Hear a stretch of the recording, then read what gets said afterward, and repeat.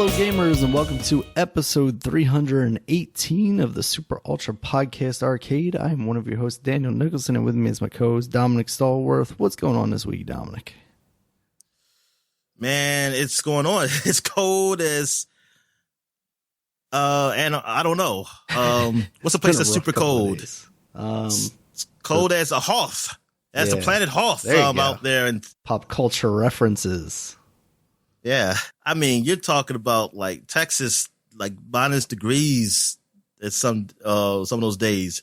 Yeah. And hell is frozen places. Over. Yeah. I mean, power out, pipes are bursting, and just like icicle homes and apartments I saw. Yeah. That's and man, it's been, and some deaths have happened, unfortunately. But man, and the mayor had to resign because of his stupid ass comments, or maybe he resigned before the comment, or he just felt, but whatever. He's gone. Yeah. Talk about it's the strong will survive. Yeah. They don't have to help. It's not their responsibility to keep you safe, and it's not the power company's responsibility to keep the power on and all sorts of like, why are you in public service? What made you think I want to be a mayor, but I feel this way?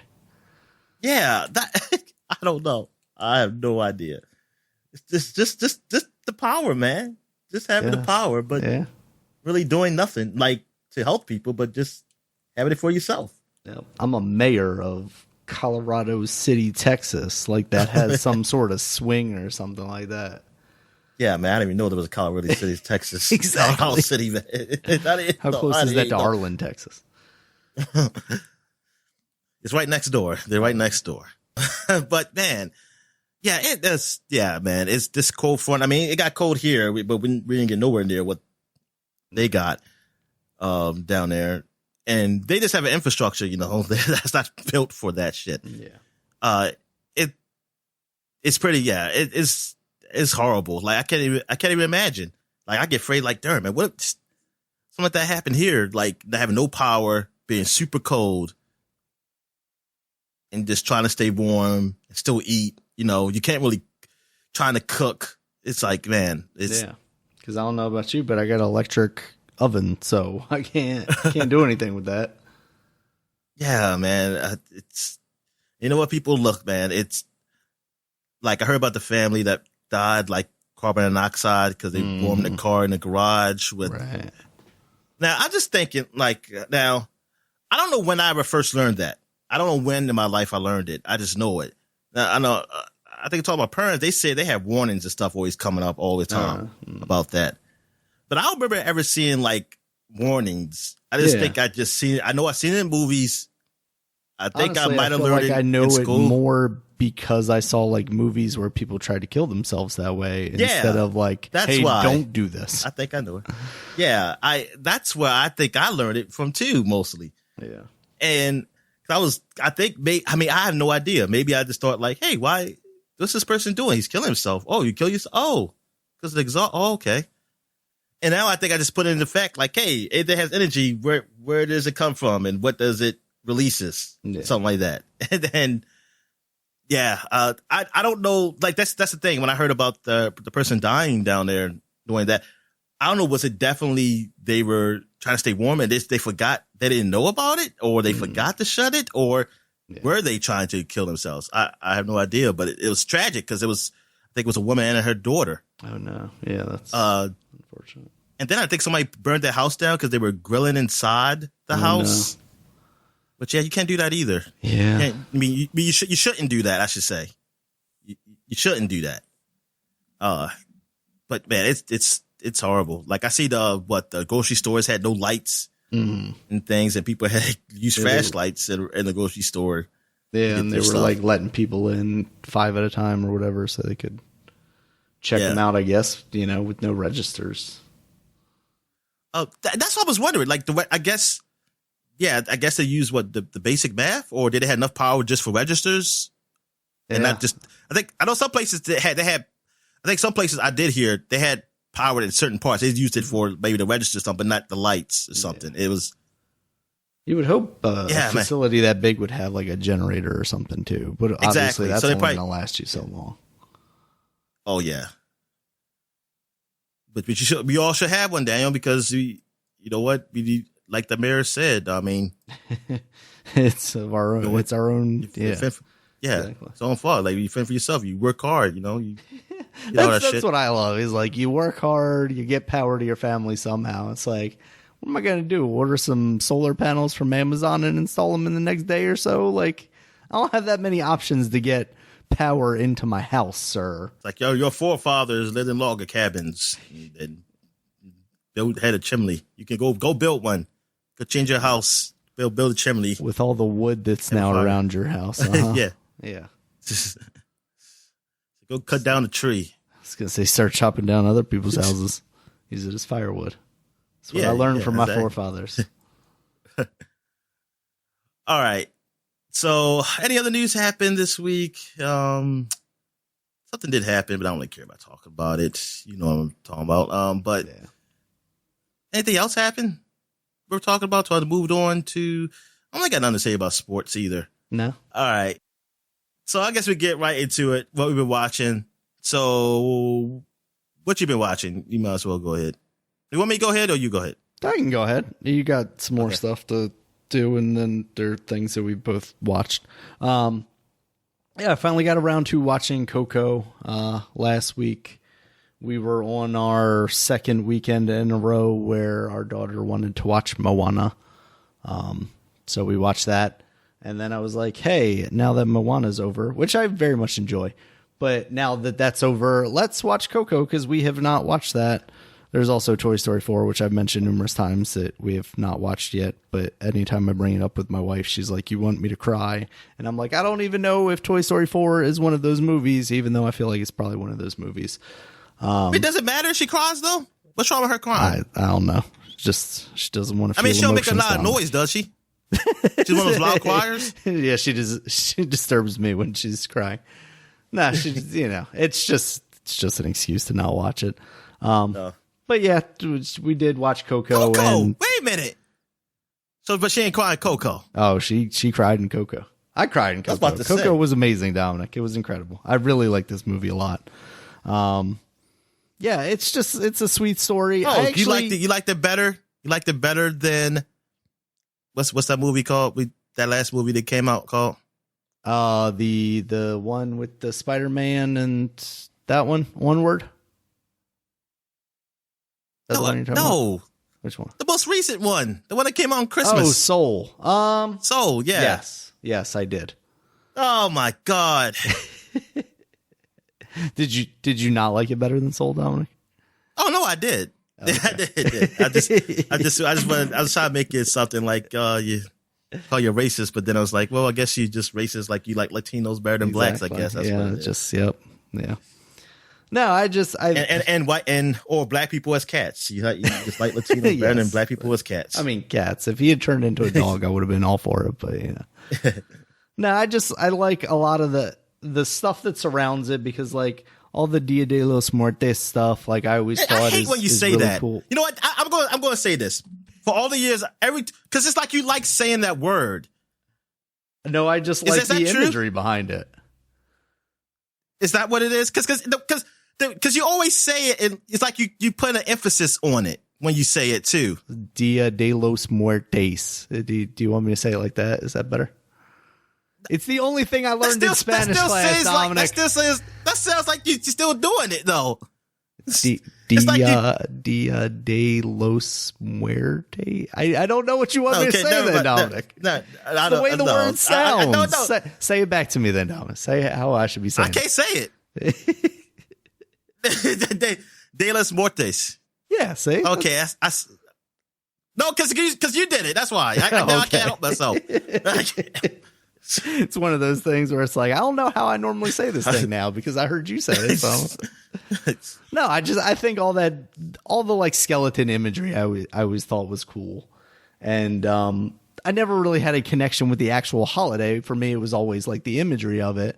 But this movie does explore that a little more and goes even deeper with it than I maybe thought it. Because honestly, like I thought this was maybe kind of more of a musical thing, like the last couple of films have been, like Frozen was and Moana is to an extent. But this is Pixar. Pixar don't do musicals. That's true. Yeah, that's true. those are Disney movies, and this is, yeah, I guess that's true. I guess I don't know why. I guess I just lumped all of them together. Maybe because they put that Frozen thing in front of Coco. I never really thought about it as not being one of those. Yeah, that's weird then. Because see, Dominic, you talk about Soul, and that's what they tried to do with. That's what they originally tried to do with Coco. They were like, "Oh, we gotta get some white people to see this movie," and then it turned out that they didn't need, Frozen to get people to see the movie, and then they were like, "Oh, it's fine." But yeah, just the themes of this movie, especially like the idea that, as people forget you, even in the afterlife, you kind of become a distant memory. I think there's something to it. A lot of people talk about like legacy and stuff like that, but you never visualize it in that way where it's like, yeah, once the last person on earth forgets your name, then you basically no longer exist, and as long as someone remembers you, you exist in a way, shape, or form. And obviously in this movie they visualize that by having an afterlife that they're showing. And it was very sweet. There were parts of it where I thought it was going to go one direction that I actually really liked. Like when he meets the very famous singer, and like they instantly kind of hit it off, and he's like, "I have a grandson. I'm very happy about it." And then, this is a relatively old movie, so I'm going to talk spoilers here. But then they go in the direction of, oh no, he's actually not a good guy. Because the whole movie I'm thinking like, oh, he's going to meet him and, he's going to deny him and whatever. And then it's going to be really sad. But it was like, hey, yeah, I got a grandson. This is awesome. And he wants to play music just like me. It's awesome. But then as it turns out, he's a murderer, and the guy that he's been traveling with the entire time is his actual grandfather. And I like that twist, but I also was kind of hoping like, oh, there's not even going to be a villain in this movie necessarily. It's just, going to be this really emotional journey. And, they went the other way. They had that kind of, I don't want to say predictable twist, because it's not really necessarily. I think I had actually, as it being a relatively old movie, I'm sure I heard at some point that that's like the direction that they go in, that, the guy that he's traveling with the entire time is, so I probably had that in the back of my head, even if it wasn't something that I was thinking about as soon as I saw that character or saw the movie. But yeah, overall, I think it's beautiful movies visually. I think the story is very good in it. I like all the characters in it. It's definitely a very good Pixar movie. It speaks to, there are kind of ebbs and flows now with Pixar, and they aren't, super lows, super highs or anything like that. It's just kind of a little bumpier ride than early Pixar, where you're like, all of this is top tier. Now you get your Good Dinosaurs in there, and your Onwards, which I liked, but I didn't like as much as like this one, for instance. So yeah, but overall, I thought it was a fantastic movie, and yeah, it was a good movie, man. I really liked it. So I envy it now, though. I envy it. You wish that you had gotten a similar treatment from Disney. Yeah, exactly. I get you. No, absolutely, because I thought about that while and my watching envy this turns movie. to hate. Now I hate. And also, there's a Spanish version of that on there, and I wonder if it's just like translated. It's not translated. What do you mean it's a Spanish? What's the Spanish version? I mean, what do you mean? When I finished playing Coco, it said Coco in Spanish. So I don't know if they change all the mouth movement. Do they? Oh, okay, wow. I mean, I think so, but I remember seeing that on Netflix. Oh, okay. Yeah, I remember seeing that on Netflix because I was watching that version first, and I was like, "Oh my god, this movie was in Spanish." And then I was like, "Oh, it's a Spanish version." I was like, "Okay," but I didn't pay attention to see if they did. I mean, I wouldn't be surprised they did. Mm-hmm. Yeah, I think stuff has gotten a whole lot easier. Like, I think this is why people do computer animated shit all the time. Yeah, is that it's more, the cost is not as much as it used to be. Oh yeah, it's and especially compared to even like hand-drawn animation where you've literally got a guy with 60 million sheets like flipping back and forth, and I got to make an O sound with his mouth now. Yeah, no, I could see that, absolutely. And especially because of like how ingrained in that culture this movie is, I could see them thinking that it would be a good investment in time and resources to also make a dedicated Spanish movie. So, yeah. So what have you been watching, Dominic? All right, so I watched Tenet. I finally watched Tenet. Oh, nice. And they don't say nice yet, because it's nice that you watched it. Whether it was good or not is we'll see. So tell me more. Now some reviews said it like it's probably the worst Christopher Nolan movie. Okay. I don't know that. Yeah, it's still a pretty high bar. Yeah, I'm trying to think of what is a bad Christopher Nolan movie. Right. I guess The Dark Knight Rises wasn't great. I mean, it was okay though. I mean, like I didn't leave the theater thinking like, I wasted my fucking time. What was the other one? What's the first one? The first one was called Memento? Wasn't that him, right? Yeah, that was like his first big one. It was that, and then Batman, The Prestige, Dark Knight, Inception. Maybe this is the worst one then. This could be. I mean, it probably all depends how you look at Memento. The Memento, I have to look at it again. I haven't seen it in so long. And honestly, I wasn't into it when I saw it. So maybe I have more appreciation for it now. But like, this story is complicated. Like, if all the people who said Inception was complicated, which I didn't think it was. I think it seemed like I could follow it. Yeah. And I can tell you that, and I didn't feel like it was too hard to follow, but some people, whatever. This is like, at some point I just turned off and said, I'm just going to watch all the good visuals. And that's what I did, because it looked good. It was shot very well. It's cool how they make the time traveling, how they make it into the movie, but just explaining that shit, like, I kind of get it now, but as I'm watching the movie, it was at a point I just said, fuck it. I don't care. I'm just going to watch shit happen and just see it happen. Like, it was just not like trying to follow the story. I can imagine being in a theater when you couldn't rewind. Like, I would have been like, oh, well, yeah, fuck this. I ain't going to try to follow this shit. Yeah. I ain't trying to follow it home. I dash short it there. I'm just like, well, just hope it's a cool fight scene at the end. Was there a cool fight scene at the end? Yeah. I mean, it was cool. I mean, all the visuals are cool. All the visuals cool. Like the effects that they do, like Christopher Nolan. I mean, he went all out, and like that's what I like about his films, like the way he do it. I mean, except for like, Dunkirk. I mean, this is a different type of visuals, but they were great there too. The special effects. How they were done, like, you see a guy fighting and like he was fighting somebody like backwards. And it's like, yeah, you don't understand it. Like, why is this guy moving so weird? But then when he does the time travel, you see that, oh, that guy was fighting forward, and he was just in a time travel and he was fighting backwards. It was weird, but it looked so cool. Mm. And yeah, it's cool how they put that together. I just wish it was a better story. I wish there was a better story used with those kind of time traveling mechanics, because like I said, visuals look great. I mean, like, I really liked it, but it's just that the story was not there.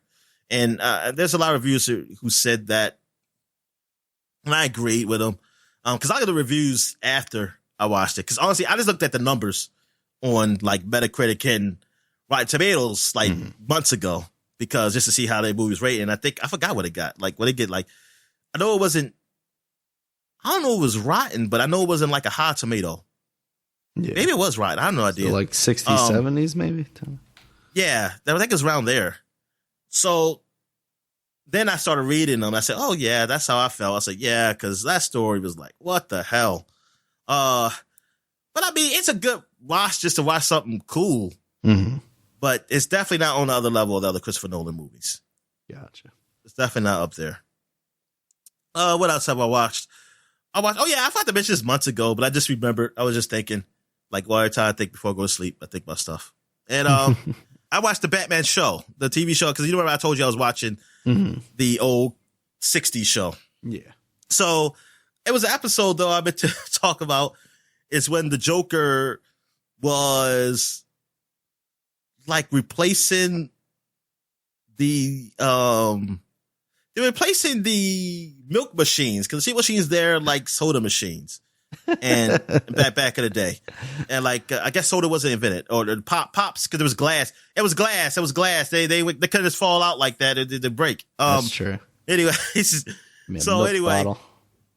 So like the best would say, let's go just get some milk. I say, oh yeah, just drink milk at the basket. Oh my god. But anyway, all it was is a bunch of coins just coming out.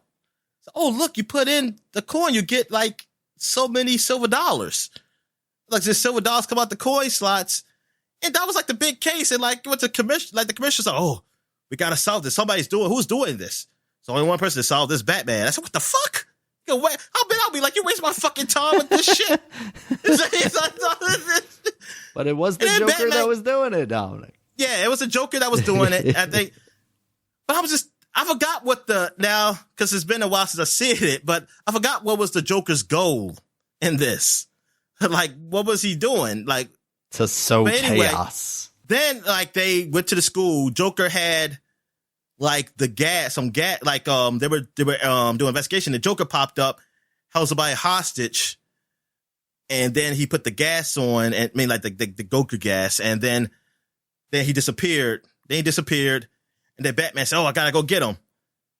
Batman goes out the door, was down the steps, and out the front door. Okay, this Batman does not jump out windows. I'm like, Jesus, it's a window right there, Batman. Even though I've seen him numerous times climbing the sides of buildings. Yeah, this man was like, he went out the front door and everything. And I'm like, are you serious? I said, you went all those stairs down the hallway. Go down the stairs out the front door when there was a window right there. You could just easily get down the front. You could have caught him. You could have caught his ass. Jesus. I was like, darn, this Batman does not. And then he always talking about like the laws and things of that nature, like common laws that the Batman today will break easily. I think he stops at red lights, probably. Like no jaywalking. He probably stops at red lights. It's like, damn, I can't catch this criminal. Yep. The red light. He made it through that yellow. Yeah. Oh man, it's just funny how it's just so funny how this Batman is. It's like, oh my goodness, this is a funny show. It's a funny show. And see, and my dad, so I don't think he read a ton of Batman comics back in the day. Mm-hmm. He thought when he saw like the Batman Begins, yeah, he was confused. Like, why is Batman so dark? He's never been like that. And I was like, what? I said, come on, you did see the Tim Burton movie though, Dad. I was like, they took me to see that. That was dark. But I guess he thought that was wrong too, because that Batman actually killed. And Tim Burton, that one actually killed people. Yeah. I forgot about that. I was like, oh shit, he did kill people. Jesus. And I guess the internet wasn't out there. Maybe there were outraged people. Like, oh my God, this is sacrilege.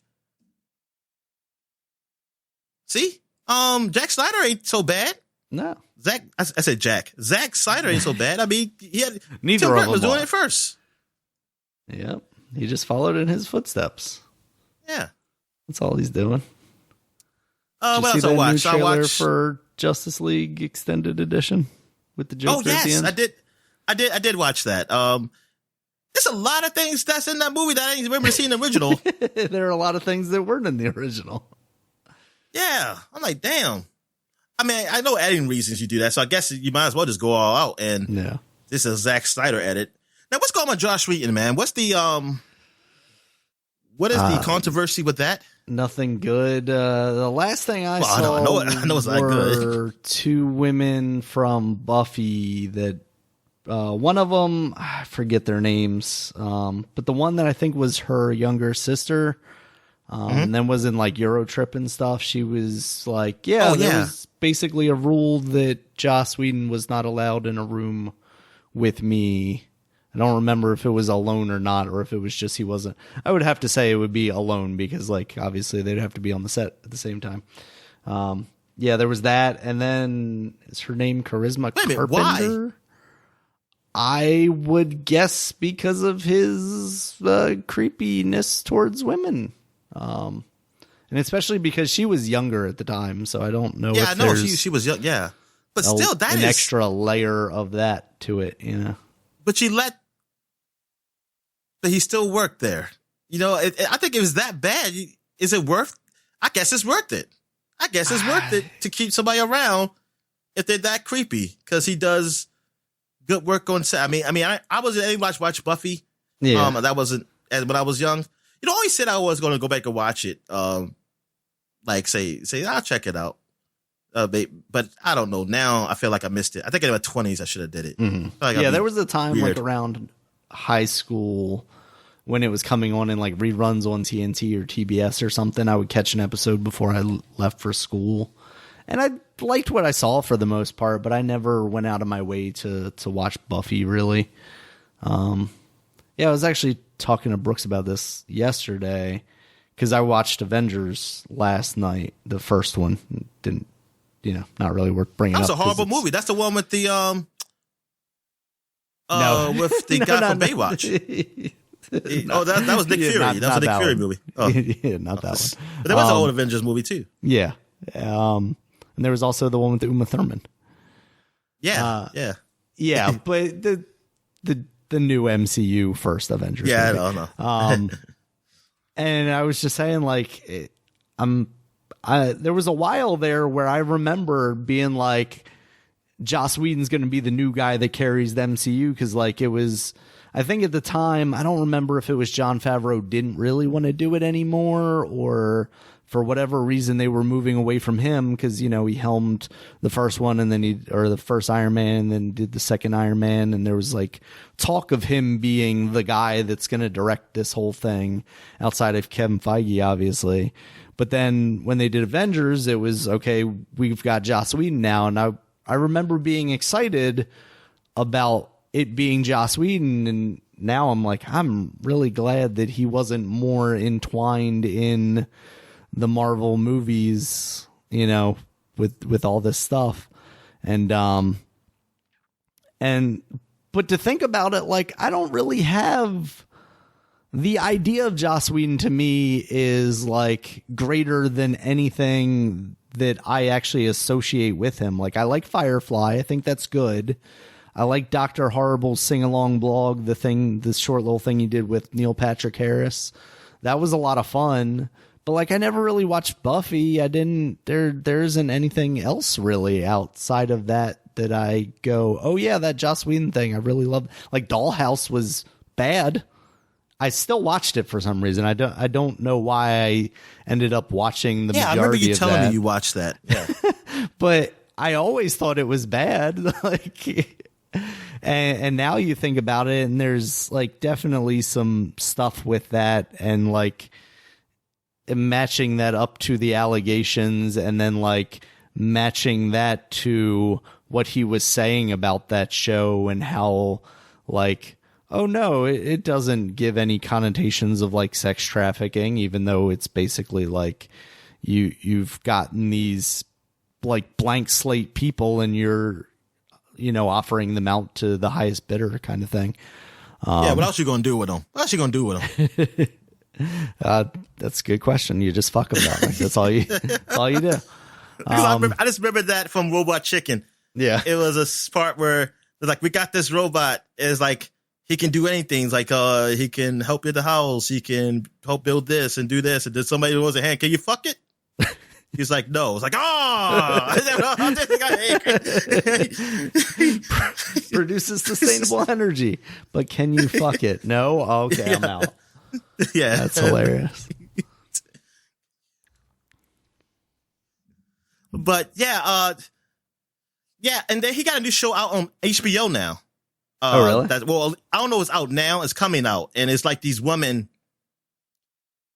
back in some type of Victorian times, but they can really kick butt and stuff like that. It looks okay. I mean, it looks all right, but some people were like, man, this looks really good, but it's associated with Josh Whedon. That's when I was like, oh, what did he do?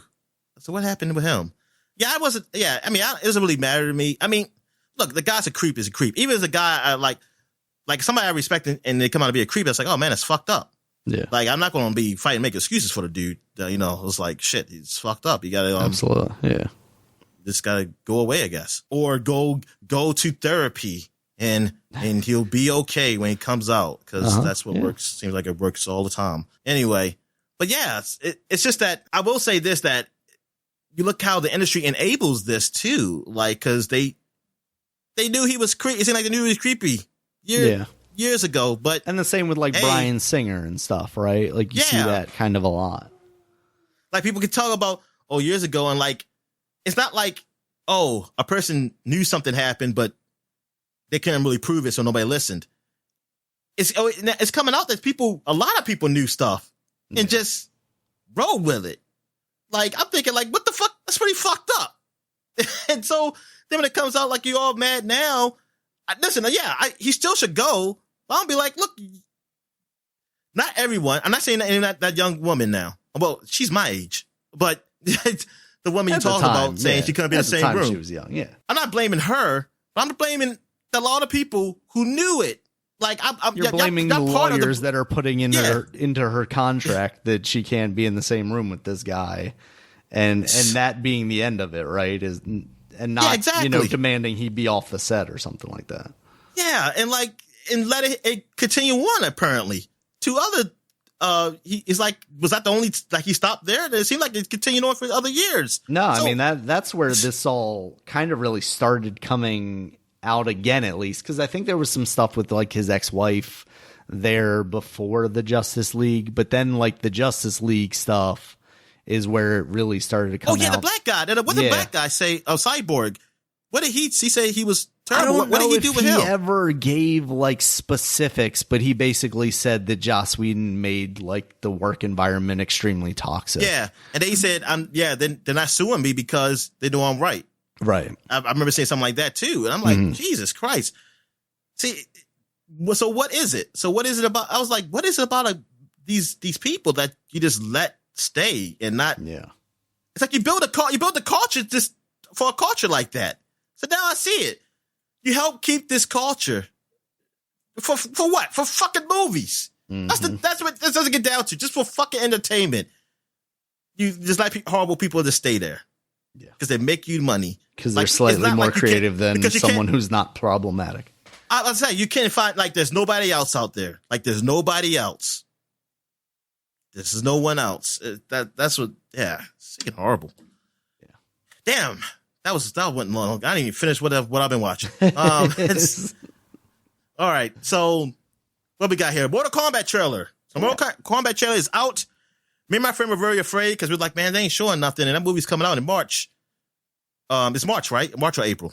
I think it's March. Yeah, I think you're right. Yeah, I think it's March. Yeah. And I was like, movie's coming out in March, man. That movie going to probably suck. And I said, yeah, man, it's probably going to suck. Saw a trailer and I was impressed, by the trailer. Not saying the movie's going to be good because trailers can, we see that all the time. But by the trailer, I was impressed how it looked. I like the more realistic look of it that they're going for with this.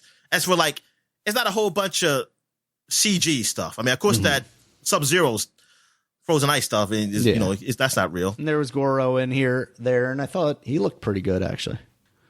What'd you say? The Goro that's in there. I thought he looked pretty good. And that's right. The little blip of Goro, the little blip of, they show Goro stuff in the sky. He looked definitely better old Goro, and that Goro was real. Exactly. Real puppet.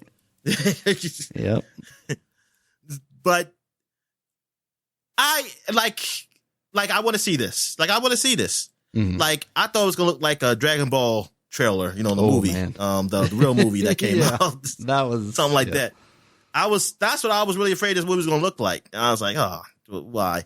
So at least the look is down. Now, I'm curious about what the story is and how they're going with it.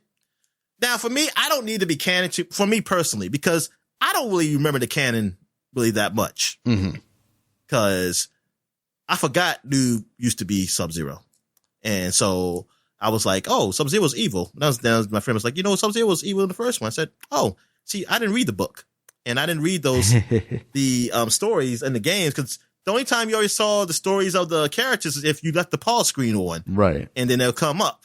I didn't do that, so I didn't know there was a story in the first game, pretty like much the original. Now I remember some of the story from 9, but I don't remember everything. Mm-hmm. But I do remember Noob. Then I remember okay, Noob used to be his brother. Okay, so he was the original Sub-Zero, and that's a new Sub-Zero. Okay, yeah. See, I was thinking that was always a thing though. That it was always the new Sub-Zero. We never got to see him as a real Sub-Zero, but now I say okay. So I'm guessing that's what this is. That's the evil Sub-Zero because he's up there killing people. I was like, oh, no, it makes sense for it to be the other one. And it seems like Scorpion doesn't seems like a regular human. So I don't know if he's been through hell, but we'll see what happens with this. It looks like the main character. There's no Johnny Cage. The main character is I think we talked about this, but like a made up guy Cole just for Young, this movie. Just some dude. Yeah, and he's Asian, right? Is he Asian? No, he's a white dude. I think. Oh, he's a white dude. Look pretty white. Okay. Oh, so he could be Johnny Cage then. Yeah. Somebody said at the end of somebody joked and said, then the movie said, I'm going to go to movies. Like my stage, because that's not Johnny Cage. That's not his real name. Oh my God. My stage name is Johnny Cage. You spoiled this for me, Dominic, because now they're going to do that at the end. And I'm going to be like, that would have been incredible had I not known already. Thanks, Dominic. So maybe I'm getting Cole Young mixed with Liu Kang then. Maybe that's who I saw, and I thought that was Cole Young. Yeah. I mean, he got Young as his last name. Yeah, but it's not Y-U-N-G, it's Y-O-U-N-G. Oh, it's actually Y. Actually, I don't know. I just heard the director say his name. I didn't actually. Let's see. Film Wikipedia. Wait a minute. Is that Cole Young in this picture? Yeah, it is Young. Oh, no, Dan. That's his a white. Last name is Tan, so maybe I might be wrong here, Dominic. Yeah, I thought he was Asian. I don't know which one, but I was like, I didn't know that was a I don't see race, dude. Dominic. I don't see race. But still, it still could be Johnny Cage. Just make Johnny Cage slightly Asian. I mean, well. Absolutely. But still, yeah, because I didn't see Johnny Cage in there. Harassing Sonya. So it's too real, Dominic. Too real. But them showing Jax, man, lose his arms, man, like that, getting frozen and broken. Actually, that's better. Actually, I think that's better for him to lose his arms than like Goro just tearing them off. Yeah. Ugh. Yeah, I think that's you know what? That's probably the better way to go. Yeah, because like you feel the cold, but you don't necessarily feel them shatter, right? Because at that point they're so cold you don't feel anything.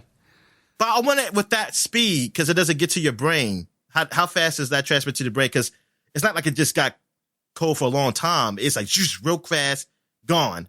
Yeah. What kind of pain is that? We need to test that out, Daniel. Okay. Yeah, find somebody with some super cold powers and to. I mean, we could just like rub dry ice on my arm and then, Yeah. See if you can snap it in half.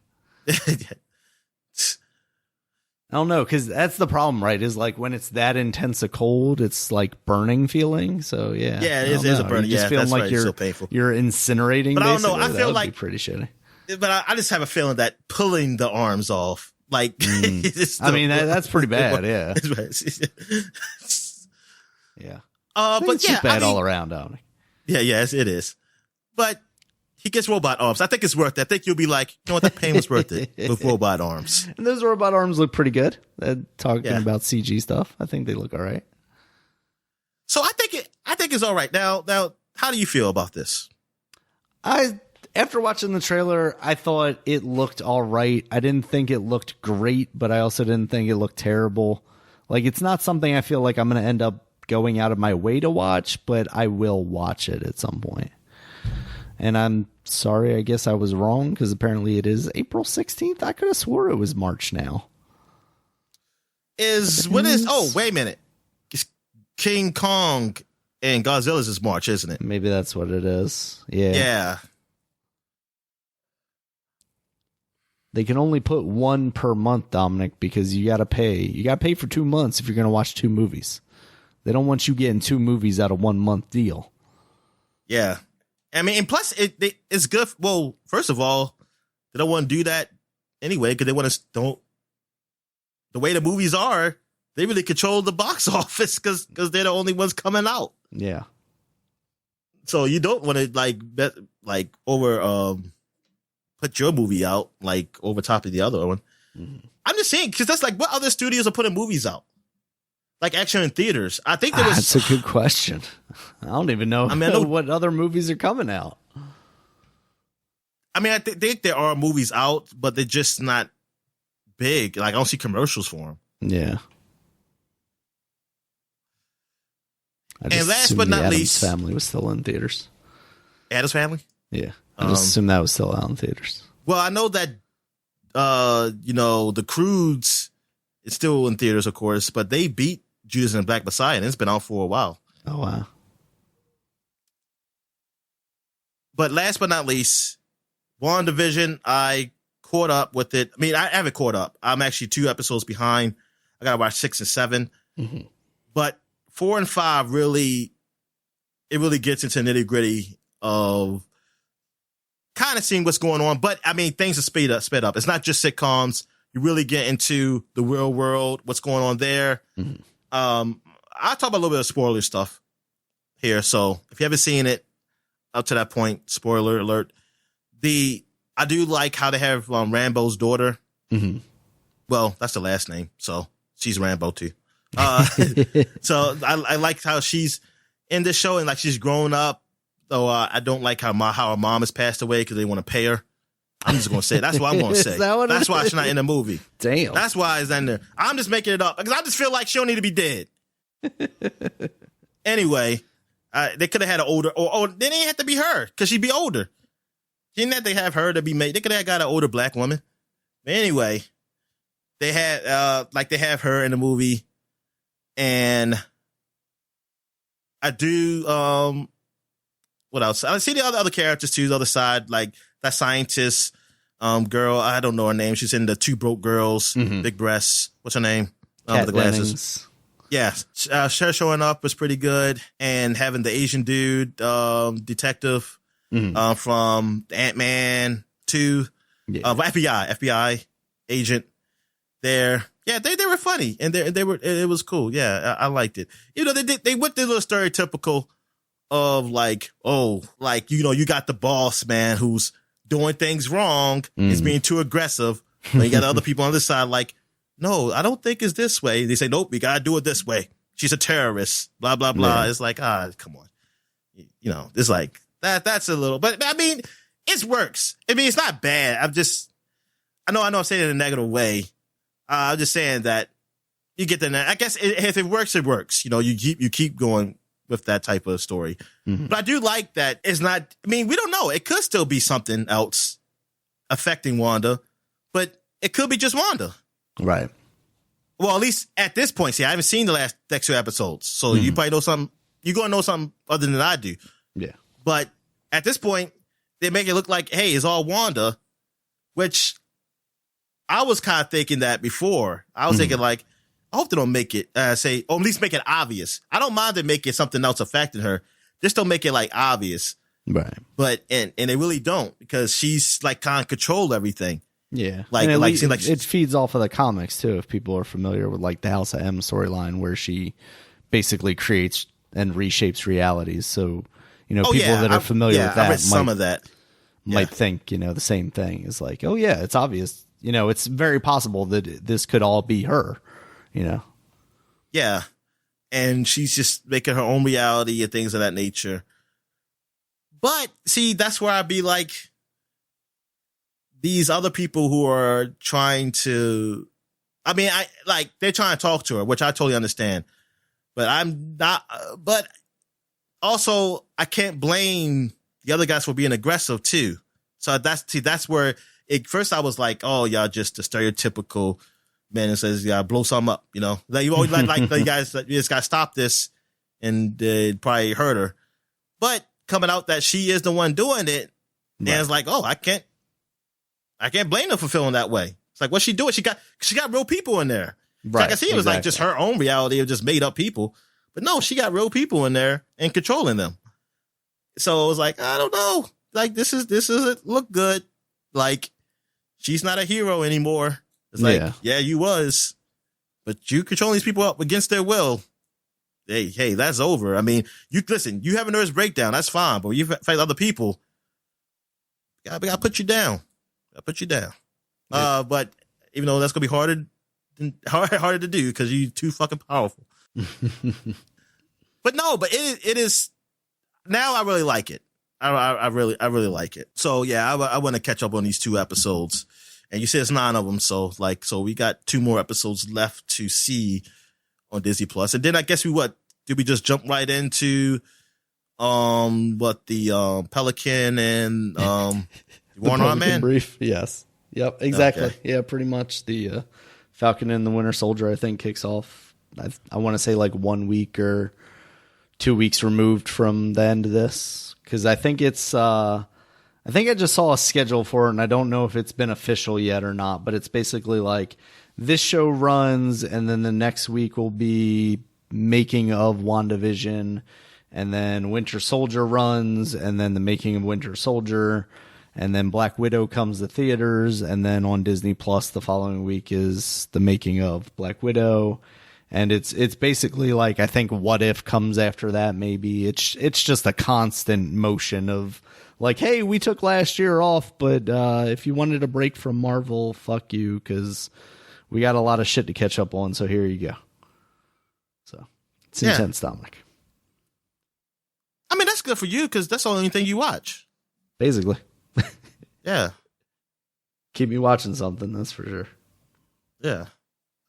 So I guess that's it. And I guess we'll go right to what we're playing. So I guess I'll go because we got the save game up here. Okay. All right. So still playing Civ 6. Oh yes. Civ 6. I did start a new regular campaign, normal campaign. Mm-hmm. But I forgot that I had the Epic Store game. That was a free game on Epic Store of Civ. So I started a game up there, put on my cheats, on my helpers, like I like to call them, helpers, and gave me a ton of money. And then I put it on cloud save and I loaded up. And it was simple. No, Dominic, no. Breaking the economy. It loaded up on my my Nintendo system, and I'm Very nice. Oh yeah, I got all my military money. Yeah, I was like, yep, gonna be having a lot of soldiers. I'm being nice so far, but I'm just collecting land, being nice. Mm-hmm. But I'm just I'm doing a lot of things faster than everybody else because I can put money to just build it instead of just it just gradually build. I could just instant build. Some things you can, not everything you can do that though. Not everything you can just instantly build. Unfortunately, you can't just throw money at shit and just get it done like I want it to be. Like in all my phone games. Yeah. So who would I pick? I picked the Spaniards, I think. So think of some famous Spanish people. Who am I? Who's the leader of Spain that I am? Philip II. Okay. I have not familiar with him. I mean, either. Did he do anything with the Inquisition? So what? Did he do anything with the Inquisition? Yes. He didn't.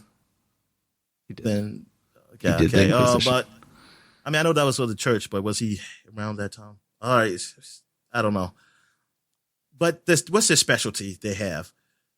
They're unique because they have the conquistadors, which I have not gotten yet. I haven't done them yet. Does that help you invade other people's lands and whatnot? They also have those Spanish missions.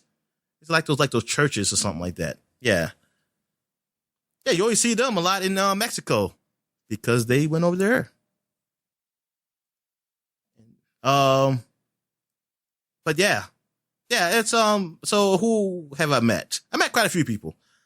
I haven't seen an American in this one. I don't know if there is one, but I just met Queen Elizabeth. I met somebody from Tokyo. Okay. And who's angry me? I think it's a Viking dude. They're mad at me because I spread my religion. I picked Catholicism. You can make it your own religion too, but I just picked Catholicism because I just know that the most. And I like drinking wine, the blood of Jesus. So I went around and you can send you like missionaries or apostles or whatever, and they can spread the word, and to different countries. You can freely just go to other countries, and they'll say like, "Hey, I don't like you spreading your religion," but I just said, "I don't care. I think it's the will of God that I spread this religion." And they say, "Oh, well, I'll remember this," but they can't do nothing to me. They can't do nothing to me. Not with this level of money. Yeah. I'll be sitting, and then they'll bring sometimes. I didn't know you could do this. You can have a battle of like priests or something. Like they do like I don't know what they're doing. They're not like fighting, but it's like I guess they're spreading the word. Whoever yells louder from their scriptures, I guess wins. And I beat them. I beat I think it's a Judaism because it's like a Jewish, from Jerusalem. Yep, and I made Jerusalem. I converted Jerusalem to Catholicism. Yep, that's what I did. Yeah. I was like, in your face, you killed my Lord. And now you worship him. Yeah, that's what I like about this game. This game it's pretty, it's so fucking addictive, man. I just get lost in it at night. I say, oh yeah, I should get some sleep. But I can't. What else have I played? I played some Zelda. Oh, yeah, Hyrule Warriors Calamity. I played a little bit of that. I played like one stage. I went to the stage where the birds are. What they called? Zoro birds? Zoro? Ritos? Oh, Ritos. No, Zora is something else. Yeah, they're the fish people. Yeah. I fought him. Now he's part of the team. I was not paying attention to the story. I forgot why. Did something happen to them? They think I'm an enemy or something? Is that why they're fighting me? I forgot what it was, why he was fighting me. But yeah, I beat him, and then Zelda came and said, "Stop fighting," and something like that. And then said, "We gotta be together," or some bullshit. I don't know. And now he's on the team. Yeah. What else have I played? Oh, Fuser is free. Well, it's gonna be gone by the time you listen to this podcast, but it was free on Xbox this weekend. One of those free to play weekends. It is a music game made by Harmonix. It's Harmonix, right? Mm-hmm. Yeah. And it's a music based game. It's like you're a DJ, and you don't need no plastic instrument or anything. You can use all the controller. And so it's like you're a DJ and you're mixing different songs together. The beats, like, you got the bass, the vocals, the piano or something, and then other shit. I'm not really into. But I mean, but it's fun. Like, it's fun. And I like the music. The music be really nice. And I was like, oh yeah, this sounds really good. And then you gotta time it right to when you implement that new, in like the new music or beat or whatever. And you time it right, you get points, things of that nature. And it's good. It's a fun game. Like, graphically, it's not important. I don't think that ever was a big thing with those type of games. Mm-hmm. Like, the characters in this is similar to a lot of I'm noticing the cheap artistic style that I think some games are using. Oh, really? Like, he looks like he could be in like Fortnite, or he could be in, what's it called? What's the one called you said people were going to forget about? Well, they already forgotten about it. The one that came with EA Sports, Rockets, Rockets, whatever. Rocket Arena. Yeah. Yeah, Rocket Arena. He could possibly be, I'm trying to think of another game, because they all look the same. The artistic style kind of looks very similar.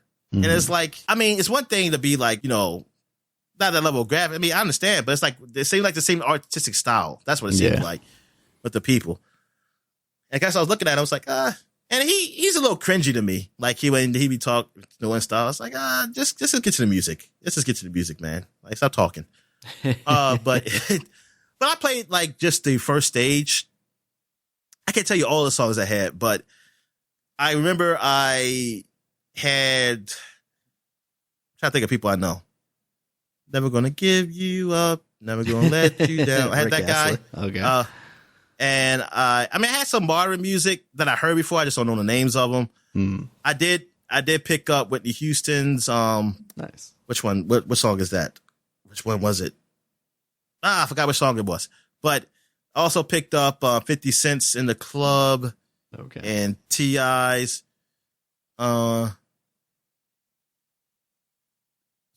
it called?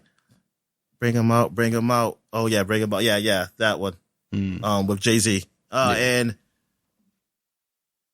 like, because those are ones I chosen. There was ones you had to have in there to play. Imagine Dragons was How many one tracks of them. are you working with at any given time? Oh man, I think you can, because you unlock other spaces, so you can have a whole lot. But at the start, wow. I started with about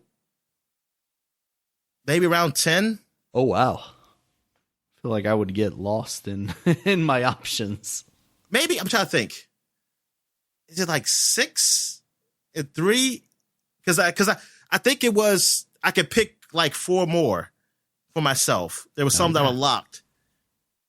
Maybe it was like 6 of them that were locked, or 5. I forget. It was something, yeah. But you want to break up options because sometimes they tell you like, hey, pick a pop track. Mm-hmm. And they'll tell you where to put it at, like which track to put it at, or pick this one. Or sometimes they don't. You just got pick it in time. It's a timer of how fast you put that music in. And you want to time it right, keep the crowd moving. Well, since I got it, I just started and it's pretty easy. So I know it's going to be harder I don't know how long I'm going to have time to play it because it's only a free for weekend. But I think it's fun. Like I told my friend he's into that stuff. Like he liked Rock Band like you did, but he's into music. And I think he'll appreciate this. Now, I wonder if he'll like the tracks though. Maybe he'll be like, it's good, but I wish I could, because I don't know if you can just put your own tracks in here. That's what I want to know. Right. Yeah. Yeah. And I wonder if that would be like a PC exclusive thing that you could do maybe. Oh yeah, exactly. So the game, it seems pretty cool. I think you should check it out. I think you should just check it out to see how it is. And it's just neat. I think it's pretty neat. Does anybody publish that game? Oh, they just put it out there. They're indies now. Are they indie now? I want to say it might be self-published. Yeah, let's look it up here. Fuse NCSoft, apparently. Oh, NCSoft. Wait a minute. NCSoft is... They're a South Korean company behind Guild Wars. Yeah, I know. Yeah, that's who they are. Yeah. I've seen them before. Okay. Yeah. All right. And what else have I played? I played some more Trails. Ain't much to talk about there. I played a little bit of Dragon Ball Z FighterZ. Not really much to talk about there either. And I watched some replays. Actually recorded some replays because that was really easy to, just simply record. Mm-hmm. Except for, I forgot I had to go edit it out and fix my Switch because it has it on TV reduction, so it dims at a certain time. I don't know why that's automatically there, you sons of bitches. but actually, that's a good thing because nobody would probably turn it on. But anyway, I was like, damn it, because I looked to say, oh, my screen's dark. That's like, oh shit. So then I had to edit some parts out. But anyway, what else had I played? Oh yes, I picked up Hades. Oh, nice. That game is fun as hell. That game is PC? PC. Okay. And that game is fun. And I'm not using any cheats, Daniel. I'm not using them. Nice. I said I was going to play without cheats and try to do it that way. And it is, you know what? I'm happy I didn't. I'm happy I didn't use cheats. Because if I use cheats, if I had infinite health, I don't think I would see a lot of dialogue. Yeah. Because you think you have to die. Makes sense. To get your, yeah. It is a roguelike game. You go through the dungeons and so you fight enemies and it gets tough. You die, you start over again. You don't lose everything. There's some things that are permanent, but some of the power ups you lose. Mm-hmm. So you also unlock weapons, which you do keep. You keep them. Because you collect these points or some type of currency that you use to unlock them. So I started with the bow. Well, you start off with the sword automatically, but when I first unlocked the bow, that's what I went with. And I really like that. Like you have to time your shots to get like the good critical shot, and that seems to work well with me. So you got that. You got like the button to shoot or swing your sword or whatever you have, or shield. It's a special shield too. You can get unlock that. That's a separate weapon. Then you have now I don't understand. I never did really pay attention what it is the B button does, or it would be the O circle button on the PlayStation. I don't know what that does. Yeah, I play with a controller, and I play with mouse and keyboard on the PC. I'm a console man, so I'm just used to that. I don't know what that does. I mean, it hurts the enemies, but I don't know what that is called. It's some type of like crystal thing you shoot at them. Then when you kill them, you can collect it. You get it back. You can't use it again. But then you got the one that's like your power, or like a special, I should say, a special. So like the arrows, I can just shoot all around. When I have the shield, I can throw it like Captain America, and it bounces, repels, and stuff like that. It comes back to you. I forgot what the sword did, because I didn't need the sword that much. I think once I died, I just switched weapons. But I think I like the bow and arrow better than the shield. I'm gonna. I think I'm almost there where I can unlock a new weapon to try something new. Only thing we like to see the bow is that it's. You gotta, you stand still and gotta shoot. You can't just shoot and move and real quick. And plus, you want to get a critical shot. I mean, you can still shoot the arrow. You won't get as many hit points. Right. So you also get power ups like sometimes the gods, because the gods from Olympus are helping you. So it's like, hey, I'll give you this power, and sometimes the power replaces another one. So you might want to choose which one you want to use at the time, which is better. Mm-hmm. Excuse me. Like I get maybe a super or something that, hey, makes me impervious for like a few seconds or something like that. And thing is, I think I was impervious, but it was, I guess it was really short, because I ran to enemies like, I'm going to run to you. Then I just died. I said, oh shit. I ran out already. So it has all those elements of roguelike, but thing is, it has a story. It has a story to it. It's like, and it's developing as you go on. So as of right now, I know that I'm the son of Hades, and I'm trying to get out of hell. And I have to go through all these labyrinths to get out of hell. And then when you die, you keep coming back. And it's funny, your father be laughing at you. Oh, you tried to get out, blah, blah, blah. And you got the Dark Cerberus who he's sad because you're going and stuff. You can keep talking to him and things of that nature. And you talk to these other people also. And then I got to a point in the game. I don't want to spoil it yet. Because are you going to play this game? Hopefully one day. I don't know how big of a deal the story is to me, but yeah. I'm not going to spoil too much. But it develops of why you want. I actually got to the point of knowing why. I am trying to escape. Gotcha. Yeah. So, well, actually, is that why? Yeah, I think it's partly why. Well, you don't feel like you belong. You always felt like you didn't belong. Mm-hmm. And so it goes around there. So I fought a boss. I did beat one of the bosses, which was a harpy. And Megara. Is it Megara? I think it's Megara, because that's the known one, right? I'm not familiar, but sure. I'm trying to think, is it pronounced Megara or just Meg? I think it's Megara, because I think it's the same name as the one in the cartoon Hercules. Oh, okay. Because I think in reality, she did work for she worked for Hades. Like that's the real story. And she's a harpy, and it almost sounds like y'all had a thing to something. But she said, I like my job or something like that. I want to stay here or something like that. And you fight her. She beat me the first 2 times. I beat her. I mean, it was intense. I think I have that on the recording too. Nice. And trying to beat her. But yeah, I got past her eventually. And then when you die, like I said, you start back from the beginning, and certain things open up, as you die. Like one time, this place was closed because they said it in the stories that the dog was so upset I was leaving. He destroyed the bar. Then they fixed it up. The bar is open again. And you see people, you can talk people there. Sometimes they might give you stuff, or you can give them gifts. Like you might collect gifts out there. You can give to anybody and they'll give you something. But so far it seems like all they gave me is hearts. So I don't know. Maybe they might give you something else too. I'm not sure. Because even when I gave that to my own father, he was like, oh, you think you can butter me up with this? Something like that? Get out of here. And then I got a heart. I said, okay, thank you. It's like that. But I gave something to my dog and something like that. He gave me a heart. So, and I think that's like, I think it's like, extra life, more life. Like your health bar gets higher. It's fun. It feels good. It feels tight. The controls, it looks great. Like I love the look of it, that kind of comic booky, shell shaded, drawn look to it. The voice acting's good. It's funny. Yeah, it's like really lighthearted. It's like a lighthearted, dark. It's not even, I wouldn't even call it dark comedy, but it's not even, I wouldn't even say dark comedy. It's lighthearted, but just in hell. But it's like whatever. You're fighting demons and shit like that. And the narrator is funny too, because he's narrating, but you can hear everything he says.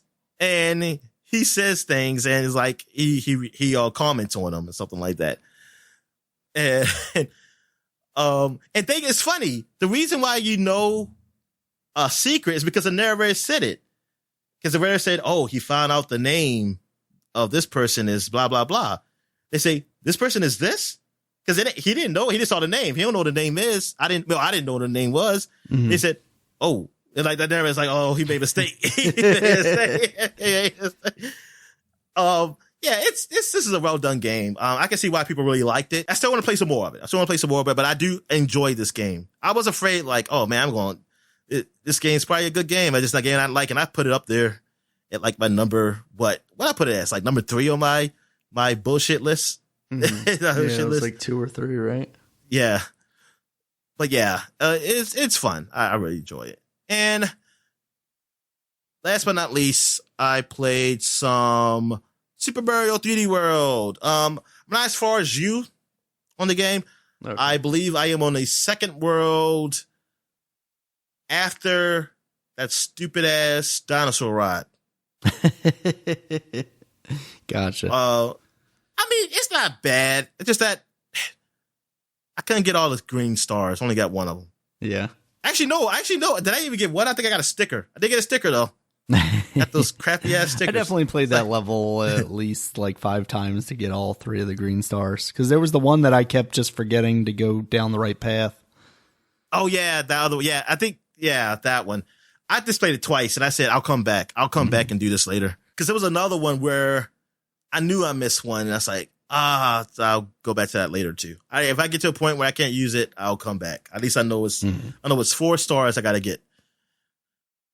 But yeah, I mean, that game, I talked about it enough years ago, but the game it's fun. I like it because it even has some very inventive things in this type of Mario game. Like I love the shadow one where you see the shadow of yourself, and yeah, that's really cool. That was kind of cool. And I also like how like you saw Toad scared, you saw Bowser, but you realized you move forward, it's just a picture of Bowser. I'm trying to think, what other level did I play? I don't know. You played more, so what'd you think of it? I'm fully on board with it at this point. I know last week I was kind of griping about the controls a little bit, and I think with time that kind of slipped away. I still find myself falling off the edge of something, or just dying. Especially I'll get like impatient sometimes where I'm trying to rush through something. Oh yeah. That happens to me all the time. I mean, that's what happens to me a lot, American. Sometimes I get impatient. You know what? I say, I'm going to try to speed one. Bam! And then I fall. And then I die. Yeah. There's one definitely. I don't know if it's in the stuff that I already sent you or the stuff that I recorded. I just played a ton of this last weekend. Yeah, I'm loving it so far. And what I've actually been hearing about Bowser's Fury being more like Mario Odyssey kind of style thing, like I'm excited to get to that. I just thought it was more of this, but it turns out it's like an open world thing, and there's like it's a free 3D camera, like it's a whole other thing. So I'm excited to get to that too, but I'm having a great time with the 3D world stuff. I think it's awesome. It's it's definitely not just like, oh, here's a Mario thing they tried to do and it didn't really work out that well. I think it's awesome. I think it would be really cool with other players. Not really something I'm necessarily going to explore too much, but yeah, I could see, especially, if you're like, I've got a family that plays video games, me and my significant other and my kids who might be a little older than my child are going to, run around the game or whatever. And it very much like each level is so small in a way, like even more so than the new Super Mario Brothers. They feel like they're a length where I'll happily jump back into them and go for all the stars or go for the top of the flagpole again. And most of the levels that I played so far, I've purposefully stuck around with them until I got all those stars or got to the top of the flagpole. There were a couple where I was like, I don't really feel like dealing with this one again necessarily. But for the most part, I'd jump right back in there. The load times are short enough where I'm not like, oh man, I have to sit through this load again to get back into the level or anything like that. They are. It still blips out and, comes back, but it's not seamless. But they're good. They're good enough that it enables my, I'm just going to jump back in. Oh, I'm just going to try this level one more time. That kind of thing where it's like, next thing I know, I'm like, I'm going to finish this level and then I'm going to go do the thing I need to do. And next thing I know, I'm like 6 levels later and I'm like, ah, shit, I was supposed to do that thing. And I'll just finish this one. And then, 2 more levels later, I'm like, okay, I gotta set this down now. I gotta stop. Yeah, so I'm having a great time with that game. I'm enjoying it a whole lot. I was looking up, like when I was editing the podcast, like Bowser's Fury, and I was like, I'm looking at Bowser's Furies. And there's some people did some things with Bowser's Fury, but I saw some things that I couldn't unsee, dang. Oh no. you got a whole bunch of Bowser's furries, huh? Yeah, and like he is just doing things to to other fairy-like creatures. No. Why are people into this? Why is this like it's not listen, it's not so much like why people into it, it's like how I become just to be like a thing to be out there. Well, you see, Dominic, in 1980 something, Disney released the film Robin Hood that stars an anthropomorphized fox and fox lady couple. And from that day, furries were born. Yeah, they're always like the fox. Yeah. It's always a fox face. And damn. I mean, as a kid, I was into Gadget. I was into Gadget from Rescue Rangers. See, it develops in different ways in people. And I grew up and learned like she's a mouse. You can't fuck a mouse. But what if somebody could put on a Gadget costume? You could fuck that. Just saying, Dominic. Just saying. All right. So I guess we'll take a quick break. When we get back, get to the flashback segment. All right. And we're back. So now we're flashbacking to 2011. So this week in 2011, we had Marvel vs. Capcom 3, Fates of Two Worlds. This is, a lot of people are really excited for this, including myself, because we're finally get a Marvel vs. Capcom 3 game. Like, we've been waiting for this for years, but there's like licensing was problem and all that stuff. So it was like, oh, is that ever going to happen? When Marvel vs. Capcom 2 did come out for Xbox Live Arcade, it was like, oh, they brought this back. So, and then they announced 3, maybe like soon after. They were working on 3. I was like, yes, and I was excited to get this. And I eventually did get it. Or at least I played it. I must have borrowed it or something before I actually bought it, though. And it was okay. I mean, I enjoyed it. But I really liked the anime style of 2 and 1. Mm-hmm. So I was really hoping they went more into that. But they went a little more into like almost like semi anime. It's like it's almost like it's like real, but like 3D at the same time. It's a weird. It's like a weird look. It's like mix of cell shading, but also fully 3D. Yeah. And then, in the newest one, it went full blown like it went worse. It went worse. Yeah. Like, it's like, darn, I said, you make this thing look great. And I thought it was like, this game was, super great. It was all right, though. It was, I could tolerate it.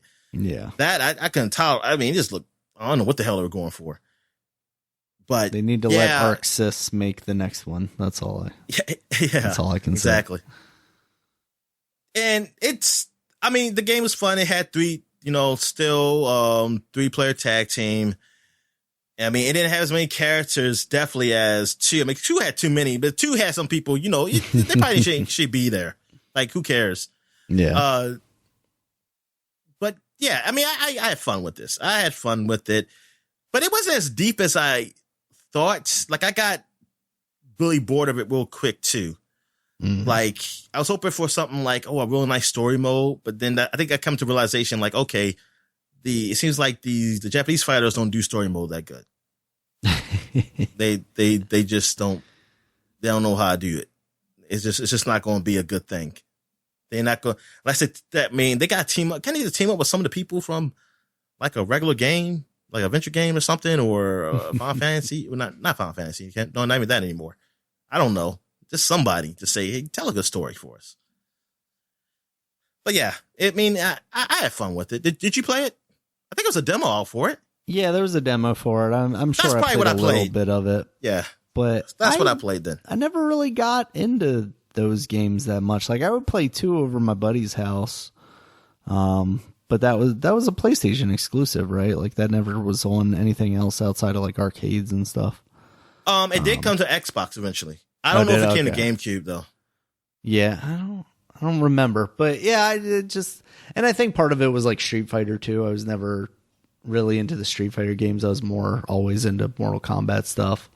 So it was always one of those things, like, if I saw it in an arcade, I would play it because I always thought it looked cool. Like you said, the first 2, the character designs and that stuff, I absolutely loved. But yeah, then 3 came out and it looked weird, and I probably tried the demo, but I was like, I don't like this. I don't like the tag. You know, like you said, it was 3-player tag stuff. It wasn't really until like Dragon Ball where I was like, okay, I don't mind like managing, switching out players and stuff like this. That's another reason like having ArcSys work on one of these games would be fucking awesome. Like, they've already got the pedigree right there. Like, it's everything that I want out of the next one of these games could be done by them. Is. But it really that is. would kind of eliminate the Capcom part of it, I guess, right? So yeah, I really did love the art of this stuff. Like, I remember having like the Spider-Man gifs and stuff of the idle animations of the second one being around. But yeah, that third one was kind of like, and then by the fourth one, I was like more on board with the idea of the game. But then, you know, as we talked about at the time, it was just bad. Yeah, that third one just kind of, you know, wasn't really the thing. You know, between the long ass load times, which was terrible, and the bad character designs, it was like the one of the things that really drew me into that series, which was character designs. Now they've like completely screwed them up, so I don't really care anymore. I'd like to see another one if they, you know, handle it differently, but I'm good otherwise. Yeah. So what else we got? That. Yeah. Okay. So Sorry. What else we got? No. You good? Okay. No, because I was looking at something on my phone. Gotcha. I'm trying to see where I'm left off. Okay, I see what we got.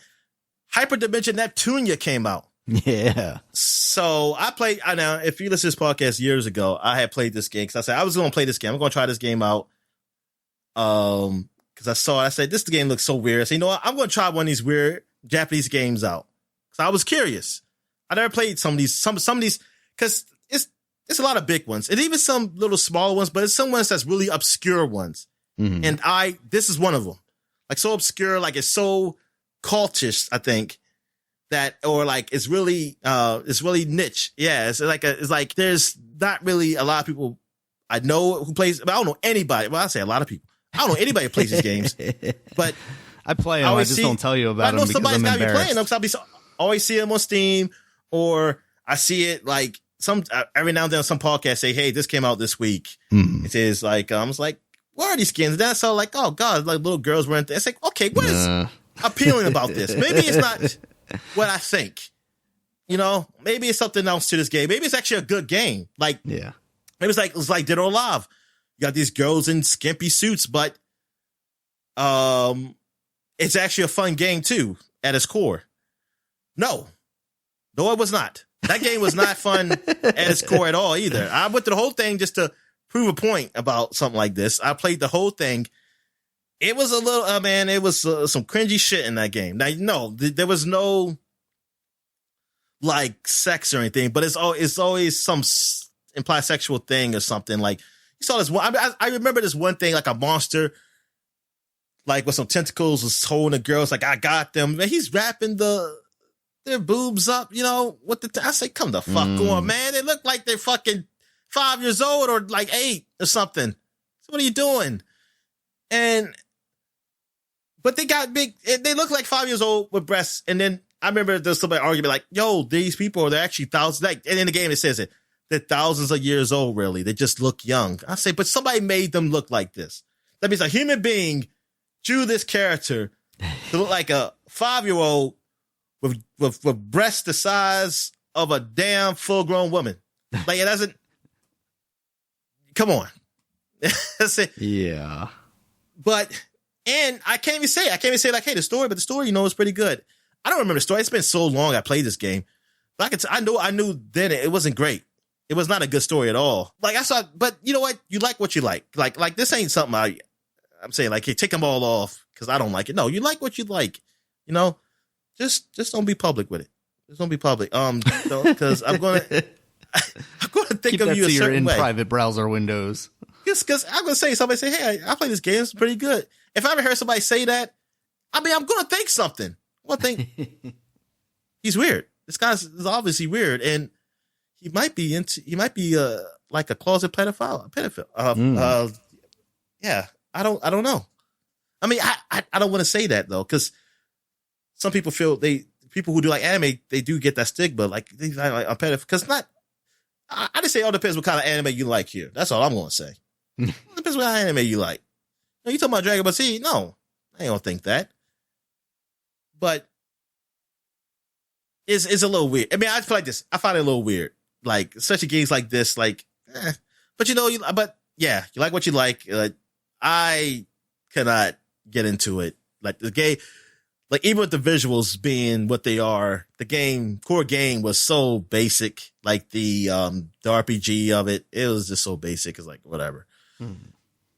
All right. So what else we got here? These other games already named. Like, I might have got the week wrong, or with Tactics Org, Let Us Cling Together. I mean, I got that from another site. They say they came out this week. I guess it don't matter. It came out in February. So there you go. And Back to the Future, the game came out on PlayStation Network. It came out on the PC and that. Actually, I don't know if it came on Xbox yet. It might have did, but I know it definitely came on PC. Yeah. First, PC and we talked was about first, definitely. So we got Hard Corps Uprising for Xbox 360. This is a Konami game that's kind of like Contra. You said it's part of the Contra universe. You said, right? Yeah, according to the wiki page, it's part of that timeline. Okay, so I remember seeing this game. I don't think I played it though, but I remember just seeing it, and it looks like a Contra type of game, but very anime. Like robotic people in some future or something and shooting. It looks like it's cool. What was you see the rating they give for this game? The rating is a 75 out of 100 on 360 and a 76 out of 100 on PS3 from Metacritic. That's not bad. IGN gave it an 8.5. Ooh. So yeah, it got I think, did it come in a sequel? Did they get a sequel to this? I don't know. Oh. I mean, outside obviously the Contra stuff, I don't know that there was a Hard Corps Uprising 2. And probably will never be, because Konami, I don't know what Konami doing. I heard some rumors from Konami camp, but until I see something happen with them, I ain't gonna say nothing. All right, so that is it for 2011. So we're going back 20 years to 2001. And in 2001, we had NBA Hoops with the Z on Game Boy Color. Did you play this game? Let's see if I can find the cover here. NBA Hoops. Game Boy. No, I don't remember playing this one. It's got Shaq on the cover. Oh, Shaq is on the cover. Wow. All right. Yeah. We had a big game that came out. A game that I wanted to play as a kid, but I got the wrong.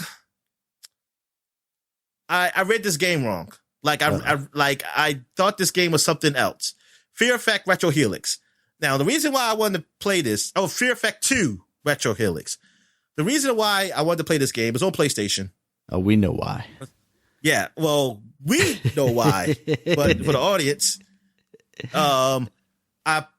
it was the magazines would have like these two beautiful women like hugging each other and things like that. Like I also read about they were lesbians.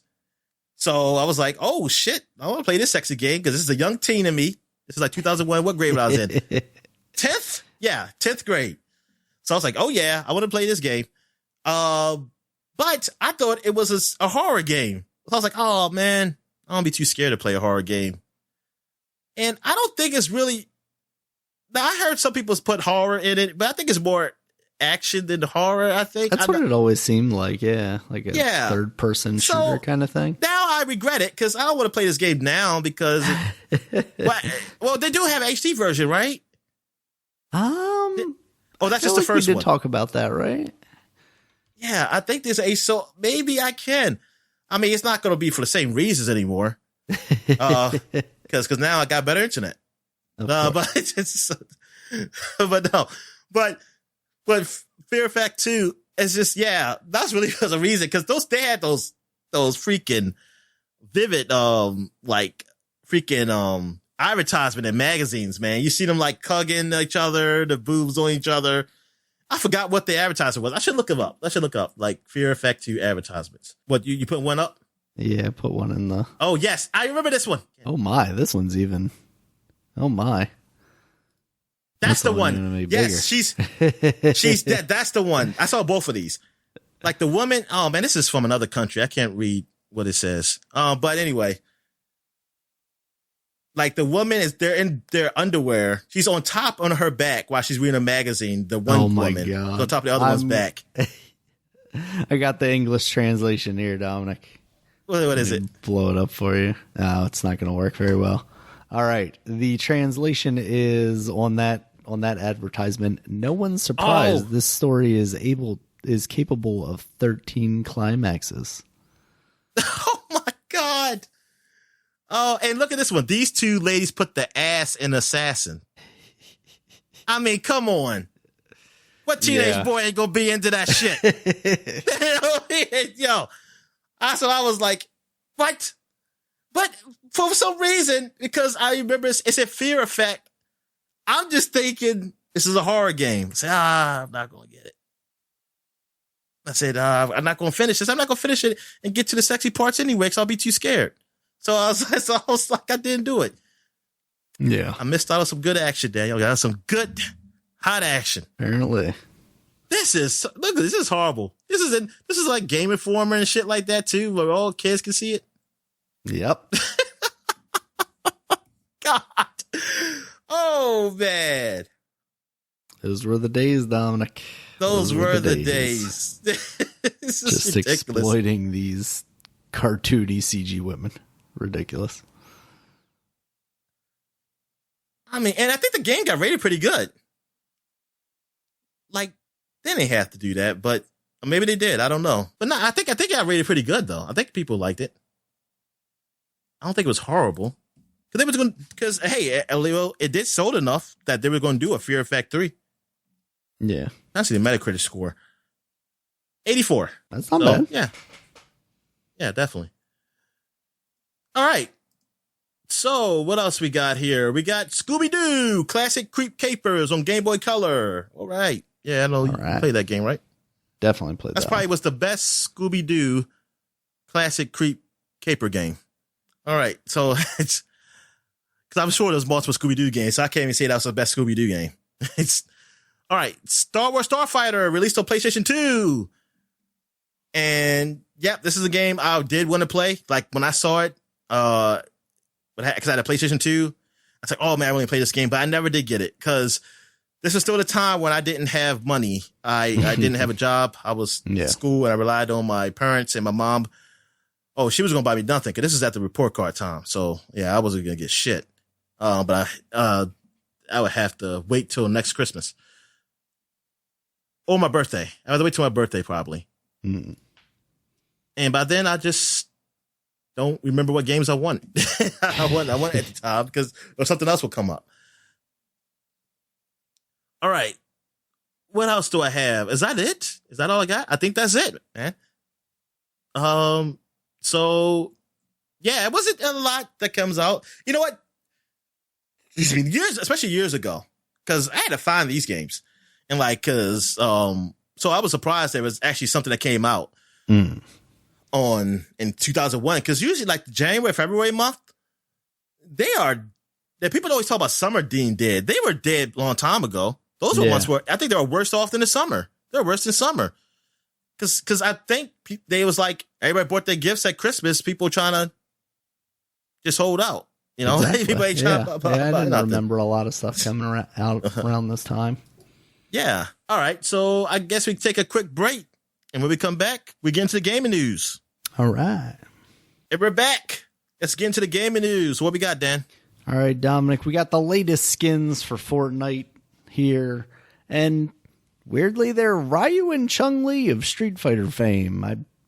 I've seen the models, and they look perfectly fine, as all Fortnite models do. I usually actually very much like the design that they go with, but just the idea of Ryu and Chun-Li running around with guns seems very weird to me. I don't know what you think. I think a lot of these characters are very weird holding guns. You know what I mean? Because like Captain America, well, Captain America does shoot a gun. What I'm talking about? I'm thinking about Superman. Yeah. Well, like you say, Spider-Man or something like that. Yeah. Is Spider-Man in the game? I don't know if Spider. Yeah, I don't know. I don't know if Storm, but they had Storm. They had Storm though. Yeah, Storm definitely seems like a weird one. Even like God of War, what's his Kratos running around with a gun instead of his axe. Yeah, that's the funny thing is like I don't tend to see a lot of the gameplay of these guys after they announce the skins, so I don't really think about it too much. But yeah, the idea of all these guys running around with guns is kind of funny. Why? But why is this happening Capcom, now? Why them? They're doing a fighting tournament this weekend, aren't they? Isn't it like the big? And that's what I was thinking. Is it because of that? I'm thinking it must be. They tie this stuff in so well with marketing and everything. Like when the Avengers came out, they had like those Thanos events and whatnot. So Epic knows exactly what they're doing to maximize their profits, I think. Yeah. Everybody's talking about fighting games this week. What if, while they were watching the fighting tournament on one screen, they wanted to play Fortnite? And what if they could play as their favorite fighting game characters? Why not, right? Yeah. So, good on them. Make your money, boys, I guess. I think it's going to be a Godzilla. There's going to be a Godzilla and King Kong Fortnite character. Oh, man, that would actually be pretty. Or if they do like an event type thing where you got like a huge Godzilla and King Kong fight. Oh, that actually sounds pretty awesome. If they did like Travis Scott level of like big kaiju fight in the background or whatever, that would be pretty sweet. Wait a minute, did that other concert for Pokemon, the Post Travis Malone one? But Post Malone, I said Travis, Post Malone. I don't know. What happened? I didn't see anything about it yet, but let's see when that's supposed to be. Re-11th. Pokemon Day Post Malone virtual concert trailer. Celebrating 25 years. I can favorite that tweet to get a reminder. Oh, February 27th is when it's going to be. So next week, next Saturday is when that'll be. So we're gonna have to live stream that, Dominic. Yeah, we are. Definitely. Live reactions to the Post Malone Pokemon concert. Yeah. All right, Dominic, and some other payable cosmetic news. Although I don't know if it's really payable, but For Honor is going to get some new content. We haven't talked about that in a while. Ubisoft Melee Vikings versus Samurais game that's been out for 5 years now and still getting supported, which good on them. It's getting some Shovel Knight content. It's going to get some emotes as well as the Shovel Knight helmet, the iconic Shovel Knight head, and some like tattoos that you can put on your body, like Shovel Knight and the Enchantress. Is that what her name was? The villain at the end. So that's cool, I guess. If you're still playing For Honor, it's so weird. We talk about it all the time, but like these games that you really don't think about anyone playing because you don't hear a lot of people talking about them, but they still have a following. And that's kind of, the good thing about the internet is you can find people playing the game that you like still. Yeah, it does. Go to the arcade or whatever. I want to know if For Honor, is that cross like play? You would hope at this point, if that's an option, then it would be, because that player base has got to be so small at this point. But I don't think so, because it kind of came out before any of that was actually happening. I mean, yeah, but I figured Ubisoft they could make it happen.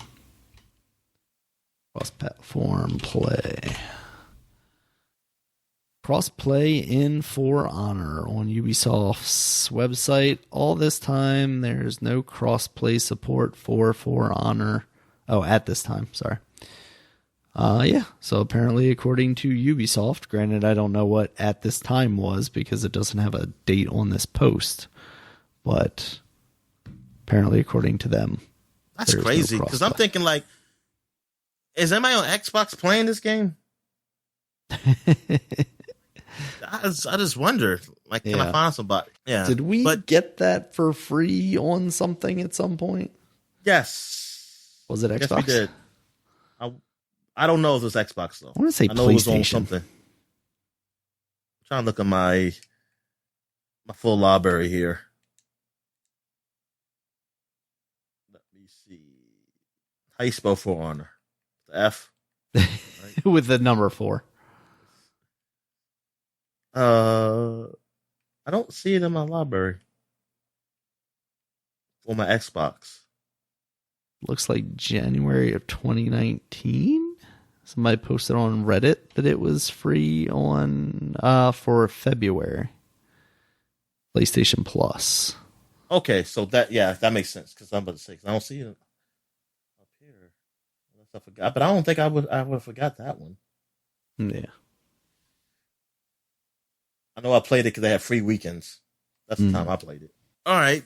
But yeah, Ubisoft, they seem to stay with their games long. I'll give it to them on that. We said this before, as far as publisher goes. Mm-hmm. Absolutely. So what else we got, man? So we got Xbox. They are finally adding the FPS boost that they kind of talked about for the new consoles for playing backwards compatible console games. They're starting out with kind of a handful, basically, of games that they're going to do right now, which is Far Cry 4, New Super Lucky's Tale, Sniper Elite 4, UFC 4, and Watch Dogs 2. So as long as you have a number in your title, you qualify for this. And that's going to let you run games. Super Lucky's Tale will allow you to run up to 120 frames per second, and a game like UFC will go to 60 frames per second. So I'm glad they're finally, making good on this. There was talk of like adding HDR support and things of that nature before these consoles launched, and now you're kind of finally seeing that implemented. I think that's really cool, especially for people who bought an Xbox and aren't really seeing games that they want to play coming out on the new consoles yet. You can maybe revisit something that's in your library or you never got around to playing and see games it you got for free, because I know you didn't play all the games you got for free. That's true. A lot of people. Absolutely. Half the time I don't even touch them. Yeah, exactly. So you have all that. So you can just go back and say, hey, I can look at they might run better, like the load times are better, so you can experience it at a better now. Yeah. It's new to me, Dominic. It's new to me. Exactly. It's new to you. So that's very cool. Piggybacking on what we had talked about last week with the intentions of the ESA and E3 kind of going digital and all of that. Reggie Fils-Aimé, former Nintendo of America president, was on Gamertag Radio podcast talking with them, and apparently they brought up, what do you think of E3? And he basically said, like, it's not good enough what they've got out there so far. Like, what people want is actual engagement. They want to be able to play these games and experience them, not just, here's a visual showcase of everything. And I know this has been a concept that you and I have been talking about for years and years, ever since they kind of dabbled with it. I want to say like one of the first years of the Xbox 360, they were like, hey, we're going to put up demos the same as ones that the press are playing at E3 on Xbox Live. And it was like, yes, this is awesome. Like, finally, we don't necessarily have to be there to be able to experience these things. And I want to say maybe they did it for like one more year where they did some special event where it's like, here's, Lost Planet 2 or Lost Planet 3 or something like that. And then it kind of went away and we never heard about it again. But here we are again, and we have services like Xbox Cloud Stream, and we have things like Stadia. Like, I think that's the perfect application for those things, is to just let people try these demos out. There was a lot of talk, I know at least from Giant Bomb, around the time that COVID lockdowns were happening and they were moving out of the office, and it was like, we can't go visit game publishers anymore to do these demos. What they're doing is they're using a service called Pascal that is basically like super low latency streaming of video games to provide demos to people. So that way they're not sending out their code to these places. They're not sending out an unfinished version of something.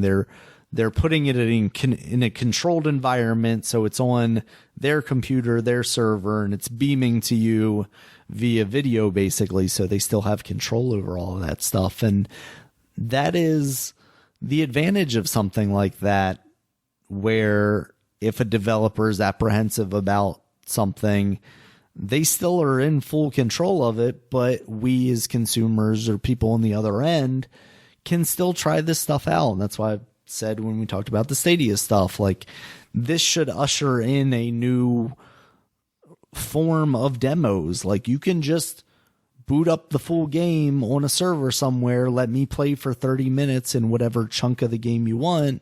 You don't have to have somebody working dedicated to make demos for your thing. So you can give me the most finished portion of your game that you're going to show off at E3, whilst also not having to make like this walled garden for me specifically for this time, and just let people play that. I would absolutely love if we got back to a point where, or I guess even really got to a point, because like I said, it didn't really ever kick off in that way, where we're experiencing the things that we could experience had we gone to E3. And now, obviously, there are other aspects of E3 that you don't get if you're not just physically in person, but video games, as they become more and more online, can obviously be one of those things that you can share with the world. And I would love to see that. What do you think, Dom? Exactly. Like, now this is like the opportunity to do that. Like, since, because of the epidemic, because of COVID. So, yeah, I totally agree. Yeah, like I said, we talked about this. I totally agree with everything you said on that. I wish can have, at least it can be timed. It don't have to be that, hey, this is up there for that. You can say like, hey, for this E3 week, we got this demo out. Test the waters. Like, this is the beta test. It's not really a demo, because it's like, right, or this is our beta or alpha or something. And maybe, I think they don't, there's many reasons why they don't put demos like they used to out, and they only do tests and then they go away. I guess, I don't know if, like, I just wonder, what is a definite reason for that though? Is it because you scared your product, I won't buy it because I'm going to realize, damn, this is not that good, and I won't get it? Or I don't, I like that. I mean, that's the only thing I can think of. It's like, why can't I try this game out? Because I'm not going to be that. I mean, is there more people who are willing to just buy and not like a game than there is for people to say, hey, if I don't know what this game is, I'm just not going to buy it. I'm not going to chance it. Is like, I'm going to, what's this risk reward on that? I guess they figured they don't have to, or maybe they don't see much of a uplift in sales for having a demo. So we got a demo out, but we ain't get that much more sales than not having a demo. So we might as well just not have a demo and just put it out there. But right. I don't know. Wonder if it has anything to do with streaming, like the prevalence of streaming too, because you can kind of see, like, obviously you can't experience in the same way playing the game, but you can get a much broader understanding of what the game is and how the game plays watching a streamer nowadays who has the game. And, you know, that's why we've talked about in the past of, like, I don't know why companies like Nintendo are so against streaming. They're basically advertisements, much in the same way that a demo is an advertisement for a good game, you know. But I guess that's for also, streamers a bad game. That's also an argument then that if people are streaming anyway and looking at it and deciding for themselves if they get it, I'd have a demo for they can at least try it out. Yeah.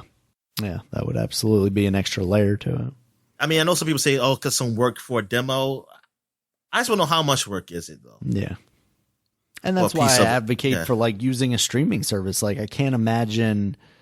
It seems like you could eliminate a lot of that extra work that you might have to do by literally just putting it on a Google Stadia and setting a timer for it and saying, like, that's all you get. You know, maybe you can do that, like, oh, you can play this demo once a day for whatever. And I kind of hate that because, I mean, I remember when I was younger getting a demo and then playing the shit out of it because I was young and didn't have any money. But, like, this demo was open enough for me to, you know, keep going back to it over and over again. But at the same time, if it's all or nothing, or, you know, if it's something or nothing, I would rather take something over nothing. So I'd rather there be a time demo on Stadia or Xbox Game Pass streaming or whatever, PlayStation Now service, if I don't have to pay for it, whatever their streaming thing ends up being, versus just not being able to try that game out at all, you know? Yeah, exactly. I mean, I guess, like I said, through the industry, I guess it's different ways. Because look at, like, Metal Gear Solid 2. They put that demo out. They didn't have to. That game was going to sell. That game was going to sell I mean, what they did, I guess, really to help sell Zone of Enders. I was going to say, that's Zone of the Enders, maybe not as much, though. I think that's what it was. But, I mean, that's what it was. But, I mean, but them having a demo for that game, it definitely was like, I was playing that demo a shitload. And that definitely made me tired of, like, oh, yeah, I'm not going to get the game. I'm tired of demo, or it didn't hurt the sales. I mean, I don't know, man. Demos, and just like, it's a lot of games that I wouldn't have known about because of demos. I just think about when I was young and then I got the full game. Like, I would tell my mom or my dad to get it for my birthday or Christmas. Like, because I played the demo of a PlayStation demo disc. Yeah. I tried this game. And I mean, it sucks because it's just like, some games I missed out. Some games I'm just thinking, like, darn, some games I did buy, I wouldn't have bought. And there's some games I would have bought if I had known what it was. I mean, lucky thing is now is like how games drop to sales, except for Nintendo games. Drop to sales exactly. Pretty fast now. I mean, that's great. But still, even when they drop to sales, like, you're still buying it. And if you're not liking it, it's like, come on. It's still you spend money on something you not going to play. Yeah. Oh, well. So what else we got, man? All right, Dominic, speaking of Google Stadia, so we got some more details on the shutdown of their internal development teams. Apparently, this news kind of came as a shock to everybody, not surprisingly, but maybe even more of a shock than necessarily was needed, because days before they started laying people off, apparently there were emails from guys like Phil Harrison basically saying, like, we're doing a great job. Awesome. Keep up the good work. Also, tomorrow we're going to fire you because we already know at the time we wrote this email that we were going to be laying people off. So what the hell, Dominic? Damn. And I read that article, and it was on Game Informer. It's crazy how this all went down. I mean, it's not crazy. It's not crazy.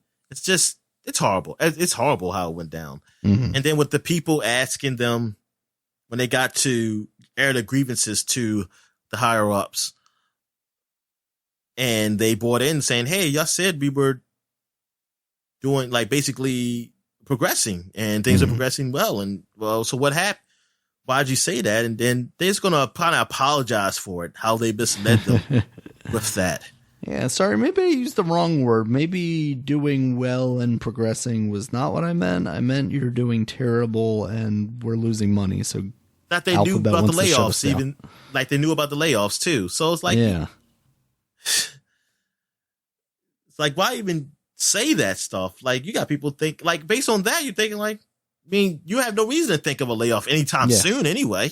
I'm reading that email going, what can I ask for my raise then? What are we doing? Yeah. It's about yearly review time. Maybe I should go $10,000. What do we think here? Yeah.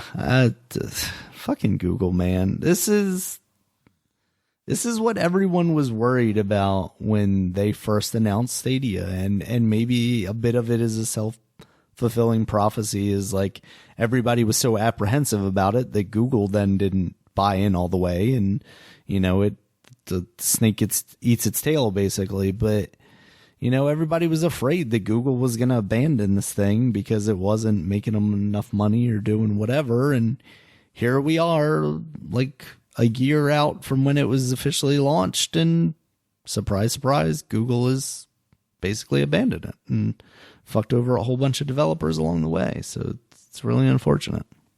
Yeah, it is. It's really unfortunate. I mean, I was trying to root like, hey, this is going to be different.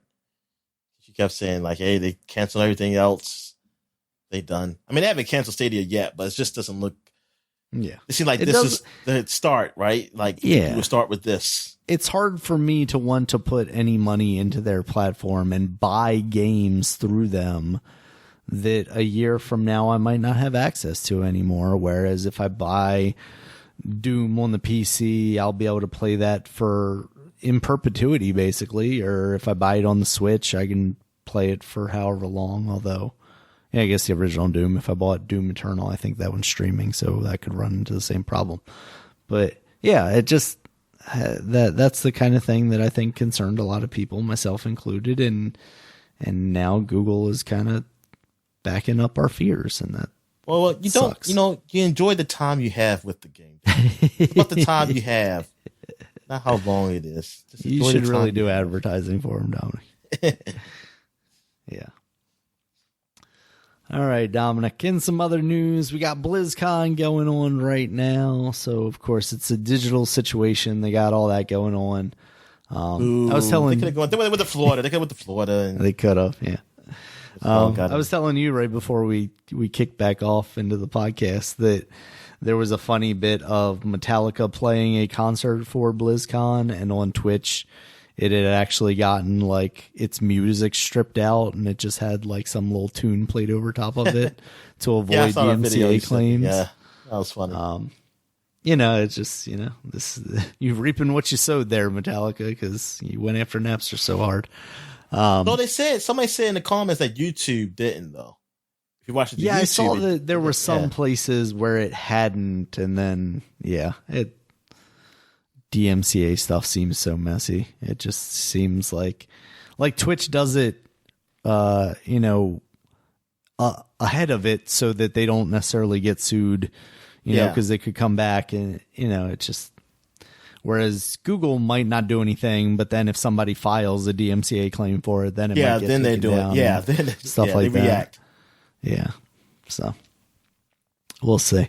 But some of the stuff that came out of there, obviously they talked about Diablo 4 stuff. That's still coming along. But some of the newer news that they had was that there's going to be a Blizzard Arcade collection that's going to include Black Throne. We just talked about that a couple of weeks ago, shooting backwards with the shotgun. Lost Vikings and Rock and Roll Racing. That's going to be $19.99. Wait a minute. Lost Vikings and Black Throne were free. And they still are on PC. Oh. Yep. But if you want to play this on the Nintendo Switch, Xbox, or PlayStation, Dominic, $20. Hand them over. Oh, my God. Yeah, that's what a lot of people were saying in the comments is like, or you could just go on the thing and play it. And then somebody else is like, but not on the Xbox. So, yeah. Also, like, if you have a PC, like, I could understand maybe if you want it on the Switch or whatever. But the reality of it is these games are old as shit, like, really old. So any computer in your house should be able to play these games. So if you just want to play them while you're sitting somewhere like in your house, then you should be able to be satisfied with the PC version of any of these games. You don't necessarily need to be out there buying the Xbox or PlayStation one, just saying. But Switch so the other one was free too, right? Because I didn't hear about that one. So I remember picking up those.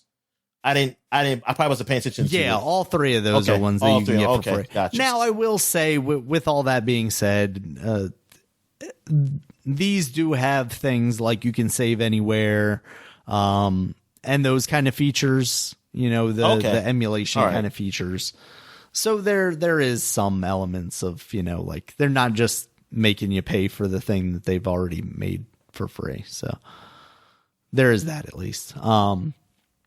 And then the other big thing, Dominic, is Diablo 2 Resurrection. This is a remake of Diablo 2 that is coming to the Nintendo Switch, PC, and Xbox and PlayStation platforms later this year, allegedly. I don't think they gave a firm release date, but it will have cross-platform progression, so that's pretty cool. And it's being worked on by Vicarious Visions, as we it all feared. I don't want to say feared is the right word, but so they're gonna have like a secret character of Spider-Man maybe in this. Hopefully, Spider-Man, Officer Dick, Darth Maul, maybe Wolverine. Oh yeah, Tony Hawk. They should really just put Tony Hawk in there. That would actually Tony Hawk and Diablo. Yep. Tony Hawk and Bob Burnquist are your Ranger and Archer or something. Is it like a rogue or something in that? Maybe. Yeah. So that's cool, I guess. If you're he's agile. He's agile. He should be a rogue. He is agile. Yes. Tony Hawk just sneaking up behind guys, stabbing them in the chest. Even though I know in the first game, I think you couldn't create a character. They were already set. Oh, okay. Like the rogue was always the woman. Gotcha. That's why I thought Rogue was named Rogue. It makes sense. From the X-Men. Yeah. I thought she was named after Baton Rouge, and they just spelled it wrong, so they went with it. I didn't know what Baton Rouge was back then. I didn't either. I'm just making this shit up, Dominic. Yeah, so was there anything else that stood out from you from the BlizzCon stuff so far? It's still kind of going on, so there might be more for us to talk about next week. I know they also showed off some character art for Overwatch 2, but I haven't heard anything extremely large otherwise. They talked about anything about Diablo Mobile? I'm sure they must have, right? Like Diablo Immortals, right? Diablo Immortals BlizzCon 2021. Diablo Immortal will be a mobile MMO, developers reveal at Blizzard 2021. Tech Radar, I was just telling a guy at work this yesterday. Tech Radar is one of the worst websites ever because it literally just regurgitates the thing that you searched in the form of like an auto-generated article that doesn't actually answer any of the things that you ever wanted. Because let's be realistic. We already knew Diablo Immortals was a thing. Yeah. So what are you talking about being revealed at 2021? I hate you, Tech Radar. Also, Game Rant, you're kind of the same, so fuck you. Yeah, let's see. I'll click on express.co.uk, which I think also kind of does the same thing because they aren't even like a video game website. I want to say they're like a news kind of thing almost. They do have horoscopes on their website here. Let's see. Apparently, Diablo Immortal's news took a backseat during BlizzCon 2021 opening ceremony, with Blizzard providing a small update regarding the release of the new mobile game. So, you got that going. Still talking about it, Dominic, just not making it the prime focus of their entire convention, which was maybe a misstep on their part when they did that a couple of years ago. Now they get shoved in people's faces like, you're going to take it and like it. Yeah, shove it the butts. They take it and like it. Yikes. You'll love this game. All right, Dominic. Nintendo Direct. It happened. Finally, I didn't realize like how long people were waiting for one of these things. Like, I know they've been doing mini directs and stuff, but I never realized that they weren't doing a quote unquote Nintendo Direct. Like, there were literally sites out there that like, how many days has it been since the Nintendo Direct? And it was like 500 and something days. I was counting those minis. That's why I thought people were just making fun of people because like, oh, I couldn't wait since like weeks ago. Yeah, it's like exactly. Nope. It was a real thing, Dominic. This is the real deal. This is a Nintendo Direct. So we kicked that off with the next character for Smash Brothers coming in March, which is... Well, yeah, before you start, say it. Okay. I thought this was the actual game. Like, it was a part 3. Oh, really? Yeah. To Xenoblade Chronicles. I thought it was a part 3. And so, because when I saw the character, I was like, that looks like from Xenoblade Chronicles. Mm-hmm. So I was like, oh, damn, they showing Xenoblade Chronicles 3? That's what's up. Yep. Nope. Nope. Yeah, Instead, you just get another character with a sword. Kind of two characters. I guess they're doing that whole thing again where it's like, here's your change of skins type of thing, mirror characters. Pyra and Mythra, they are coming to Smash. So, yeah. If you're they got nice size boobs, so Xeno, that's good. That's good for you anime people. Are well endowed. Let's say that. Young, yes.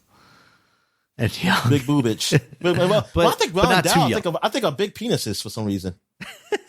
Is that what it is? That's what I always think of well endowed as. When I say he's well endowed. Yeah. Oh. Didn't want to know that, but okay. I mean, they're also you just learned something new about their characters, Dominic. You would have known that had you played Xenoblade Chronicles. So, yeah, I don't know. I think you and I are both kind of hoping for something maybe a little more with these Smash Brothers characters and never getting something it. That doesn't need a weapon. You know? At least, man, like Crash Bandicoot, I mean, or something along those lines, or the M&Ms, one of M&Ms. California raisins. I like the almond M&M, even though he's not the famous one, but that's my favorite con. They can have the switch. You can switch between M&Ms. And where's the different skins? You got the peanut, you got the mix, as long you got as I can the play regular the milk green chocolate. One. Exactly. You got the dark chocolate one, which I don't like, but I mean, they're all right. It's all right. I can deal, but I would never buy it myself. You got the peanut butter, which I've grown to like. I used to hate it, but now I like, you know what? They're just Reese Pieces. Yeah. And somebody needs to sue somebody. And it's, you got chocolate in my peanut butter. Yeah. You got a lawsuit in my pocket. Yeah, they should do the M&Ms. And then it's advertisement. Said, look, free, look, advertise, they pay you. I like this. We need to talk to Nintendo, Dominic. Do the Peanut Man. Yeah, the baby peanut. There you go. Baby nut. Just saw that happen. Get baby nut in there. All right, next up in the Nintendo Direct was Fall Guys Ultimate Knockout. That is coming summer 2021 to the Nintendo Switch. And we later found out also coming to the Xbox. So finally we'll get some Fall Guys love everywhere. Yeah. Yeah, want it to be free though, Dominic. I know I'm always gonna have to be like Rocket League, Daniel. I'm gonna have to pay for it, and dang it, now it's coming to Xbox. I'm like, damn, what do I want it on? Do I just pay like $30 and just pay for both? Well, actually, I don't know how much it's gonna cost. I'm assuming 15, but I don't know. It almost feels like a game I could see showing up on Game Pass pretty quickly though for the Xbox. Yeah. Well, actually, it should be a game that's free. Well, and I have to. You know what? I mean, like skins. Fortnite. It should be a Fortnite type of game. I would not mind that because I would definitely pick that up and play a little bit more on the Switch when that came out if it was a free game. But I don't know that I'm going to go out of my way to. I'm not going to say it should be. I mean, maybe it should be. Maybe I could get Jim Sterling to convince me why it should be. But I think, but I want it to be. I want it to be free, like on the PlayStation. All right, Dominic. After that was one of our previous year's Game of the Years, Outer Worlds. What do you think, Dominic? Outer Wilds. Outer Wilds. Damn it. It strikes again. Outer Wilds. Thank you. Man. I do want to play that again. I would not mind playing that again.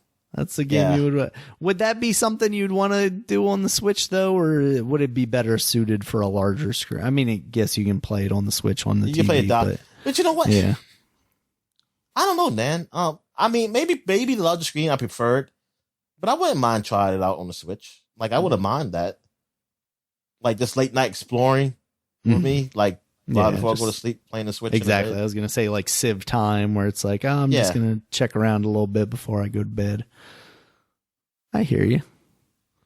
Very nice. So that is supposed to be coming sometime this year. I think that was also summer 2021 is what they said for that. After that, they showed off Famicom Detective Club. This is coming May 14th, and this is Phoenix Wright looking kind of story. Yeah, it really is. Game. Looks pretty good. I'm not familiar, but I would imagine since it has the name Famicom in there that maybe these are like remastered versions of old Super Nintendo games. I have no idea why Famicom is in there. Or I might just be making that up completely. But yeah, that's coming out. That looks all right. After that, they showed off Samurai Warriors 5. That's coming summer.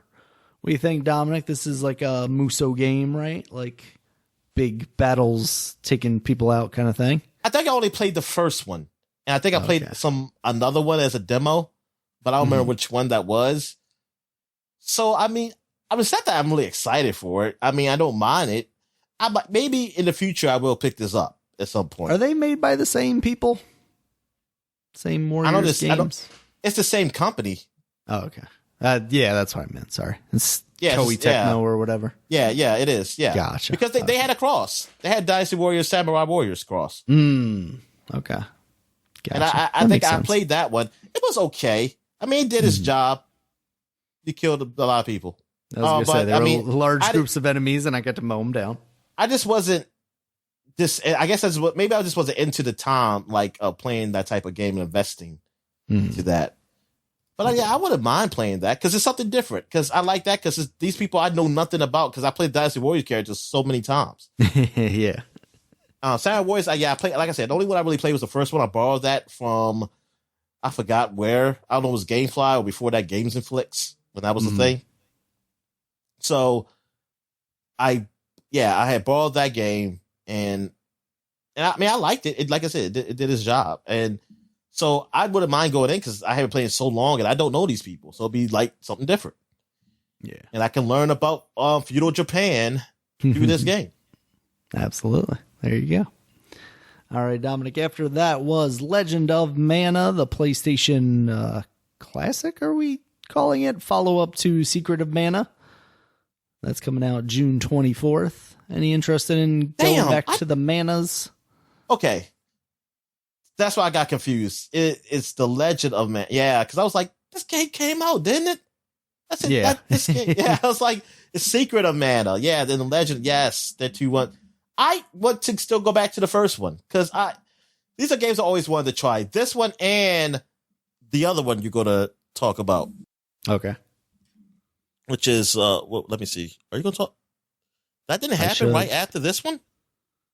Probably. Oh, yeah, that's all the way down. Damn, oh my God. About this Saga Frontier? Yeah. Well, we might as well talk about that. We have to go in order. I mean, okay. Saga Frontier, Dominic, that's getting a remaster. Yeah. It's coming out April 15th. I remember seeing that game, and like, I'm glad that's getting remastered because I want to play that game. Yeah. Because I wanted it even back then, but it was just so many. That's what Square was.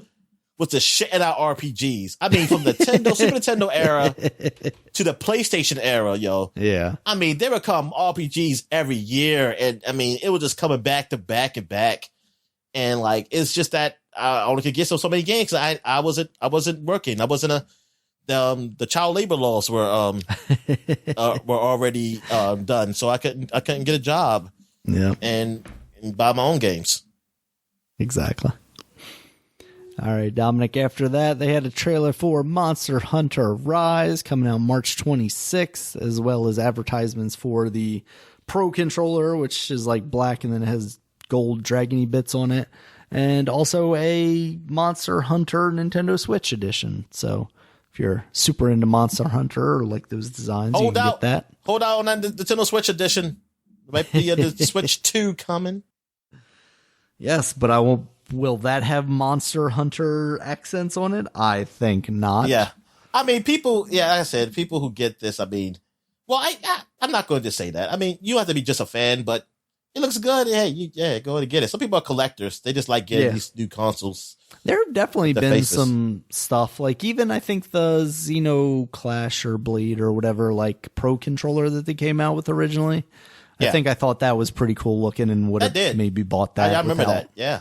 You know, without actually liking that game. So yeah, there's sometimes the designs are just good. The Mario one wasn't. It was just Spider-Man. Yeah, that's true. Well, actually, that's probably good for you. You just say, "Hey, it's my Spider-Man console." Exactly. And just throw a white decal on the back and be like, "Boom, yeah, Spider-Man." Yep. Exactly. Can't play Spider-Man on here though. All right, Superman. Dominic. Put a Superman symbol up there or something. You could do that. If I'm Shaq, I would throw a Superman symbol in there. Yeah, absolutely.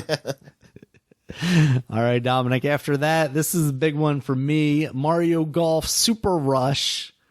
This is a new Mario Golf game with a story mode where you will play as a Wii, and along the progression, you will get points to upgrade your slice and your swing and your speed and your power and all of your golf things, which motion controls too. Motion controls. I don't want to say it like that because I think I like the option of motion controls. Like I like the idea of just like dicking around with playing golf from time to time. I just don't want it to be my only option, right? Like, you know, a game we'll talk about later that is, you know, being reworked to eliminate some of those controls. Hey, Daniel, don't be dicking around. You get arrested for that. But anyway, I don't do it outside. Come on now. but yeah, I like, because I think about Tiger Woods Golf because I played that on the Wii, and I like using the motion control for that. I'm hoping that is as appealing as that. Me playing Tiger Woods. Yeah, absolutely. I could definitely see the appeal to it. Well, I wasn't Tiger Woods. I was myself. I created my own character. Yeah. But I had a nice cut, just like me. But I wore a red shirt like Tiger Woods, though. Nice. A red polo Nike shirt. Nike hat. I think it was Nike. I think it was a Nike shirt. Well, I think they had brands in there. Yeah, I think they had brands in there. That's EA. EA does. Yeah. Absolutely. Yeah, and there's also going to be some online multiplayer stuff, speed golfing, where it was literally like your character's running through the golf courses and you can get power-ups to speed yourself up or slow your other guys down. That looked really cool. I don't know that that's something I'm going to find myself doing too often, but the idea of it was neat. Really, I'm just here for the story mode. You know, I'd bring it up like every couple episodes, but that Mario Golf and Mario Tennis games, those on the Game Boy Color, those were my favorites in the series just because they had like actual story modes, and you started out like you created your character, you started out kind of crappy, and as you beat more championships and more of the famous characters, you would get more points that you could put into your backswing and your forward swing and your whatever other golf things. You would get different clubs and whatnot, and you would get better.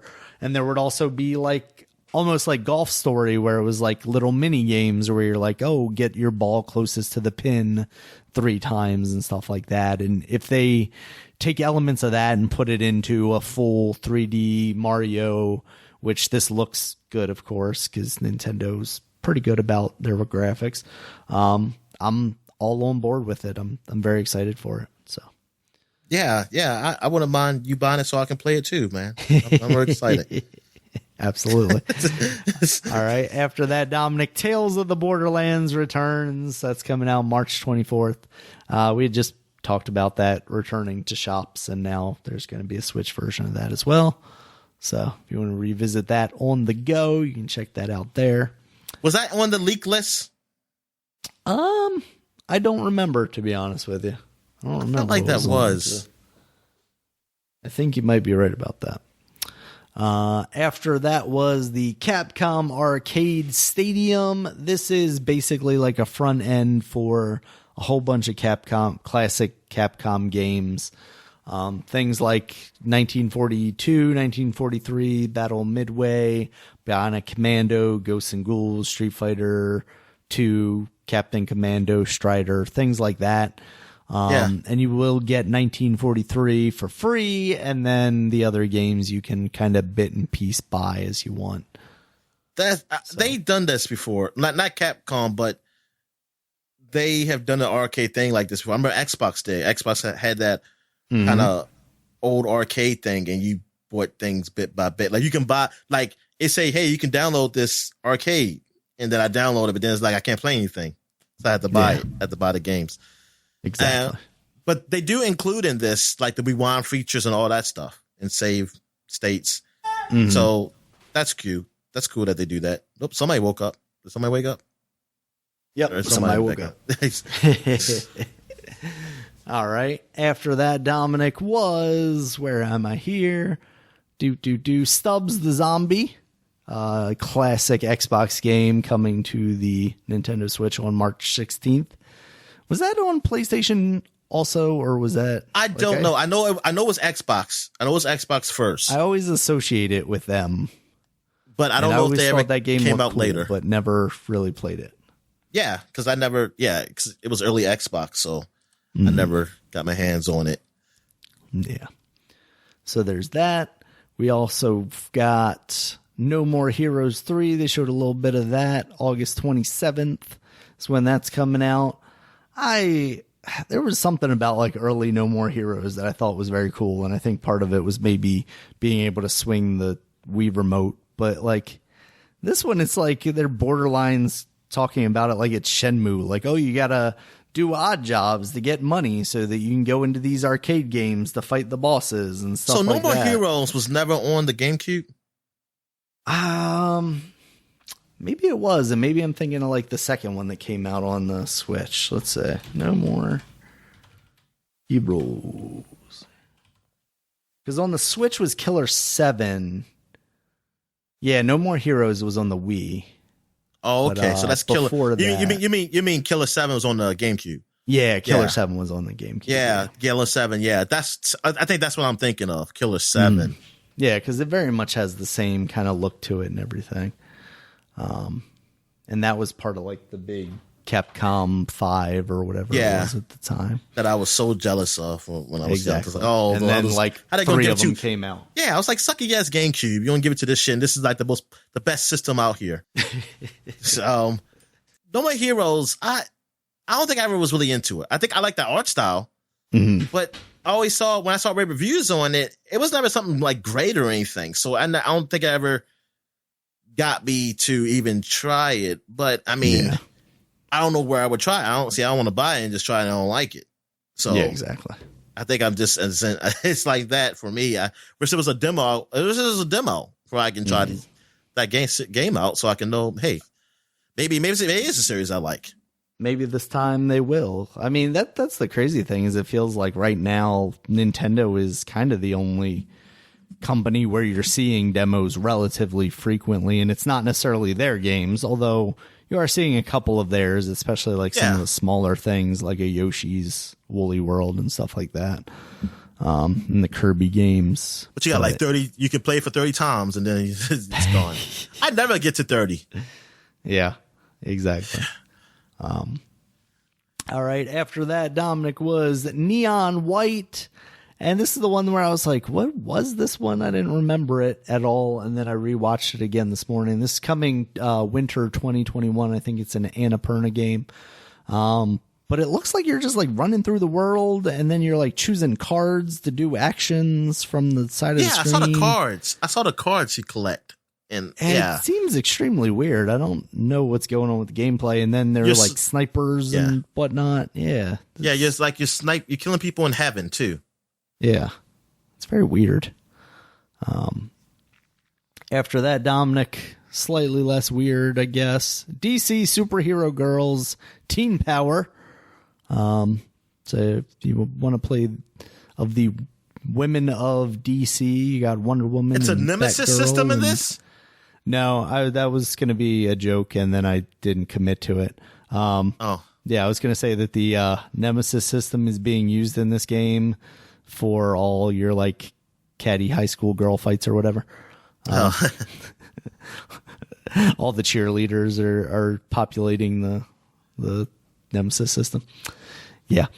It's cutesy. It's not something for me, obviously. Yeah, it's not. Yeah, but I don't know. I don't know if it's. I just wonder if it's going to be a good game though. Yeah, and not just a brand. Exactly. Use like Star Wars Hunters, Dominic, which we don't know anything about, so I don't want to say that. But it does. They very much just use the brand because they didn't show a single thing outside of saying Star Wars Hunters. Yeah, I've seen some information about it. It sounds like it's basically going to be Fortnite, but for Star Wars, which there are already Star Wars guys in Fortnite, so just let me play Fortnite. And then you can now Zynga. Zynga's guys who's doing this. Is this the company that they had practices of like they had meetings of how to get kids to?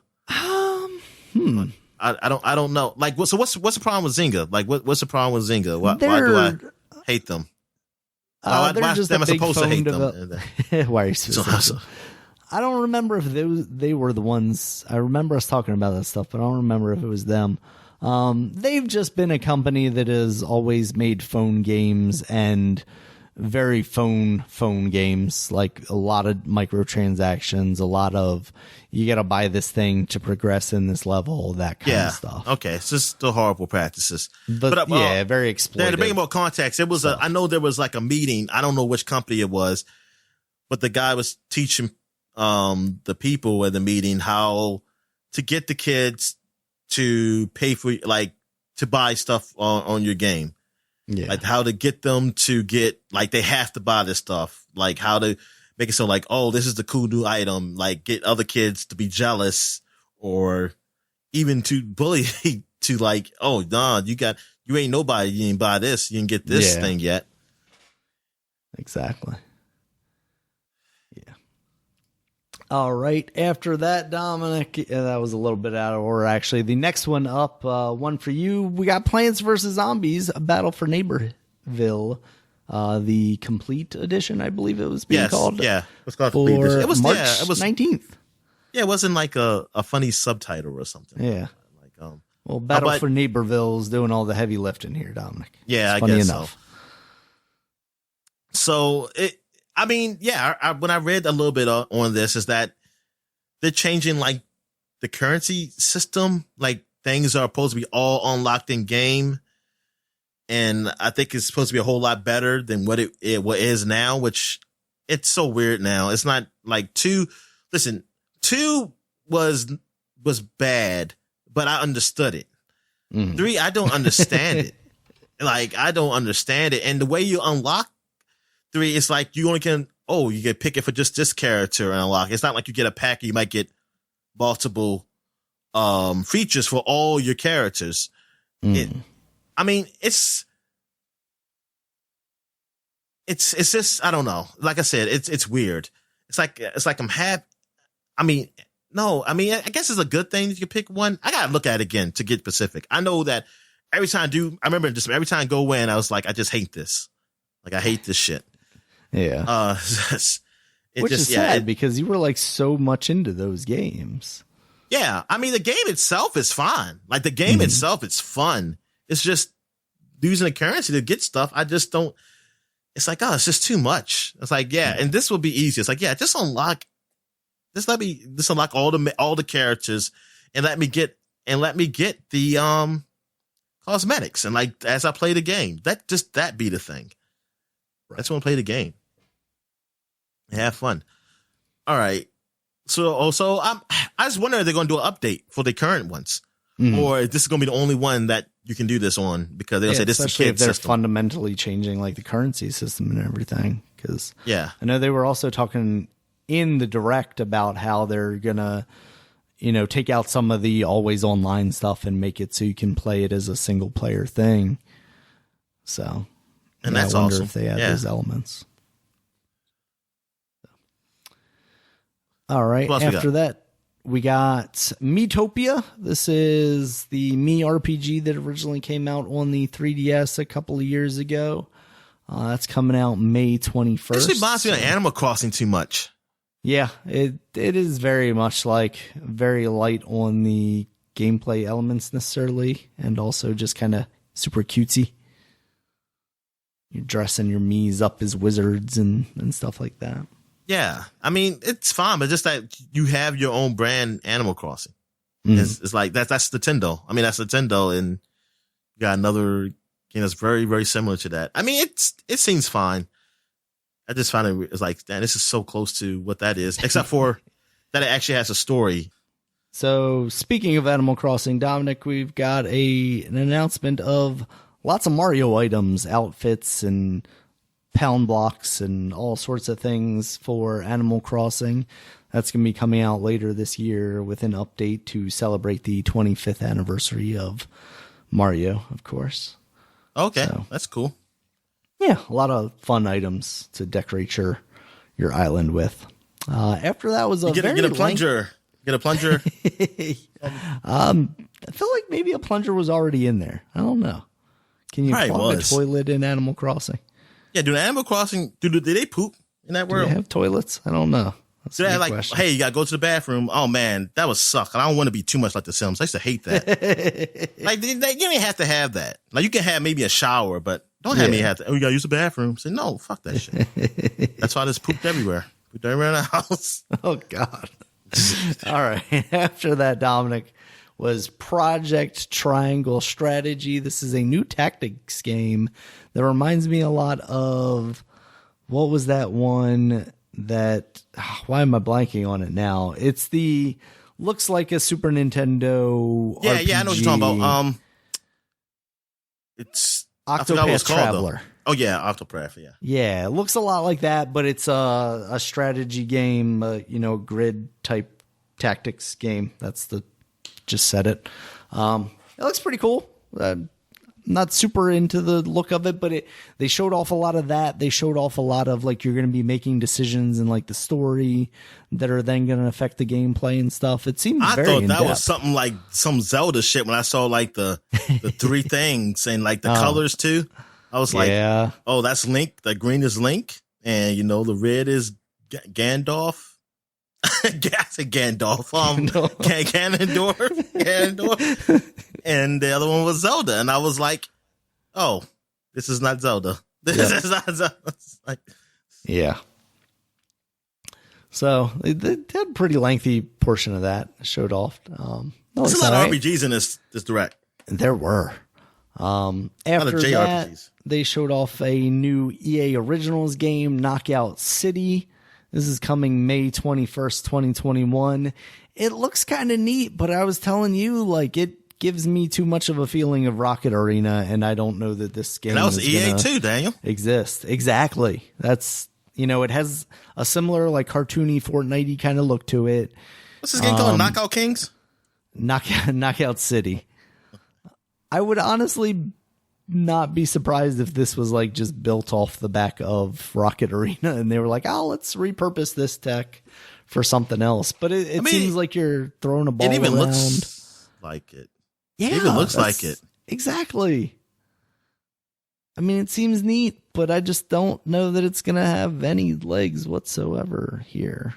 So I don't know. And I wonder how much it's going to be. Like, that feels like another game that, like, depending on what EA does with it, if they throw all these microtransactions, and it's on all the systems, just like Knockout Arena was on all the systems. Yeah. So is like Knockout Arena, is that still a thing like that? I mean, maybe, I don't know. Yeah. They gave up on that. It's like they're throwing shit at the wall just to see what sticks. Exactly.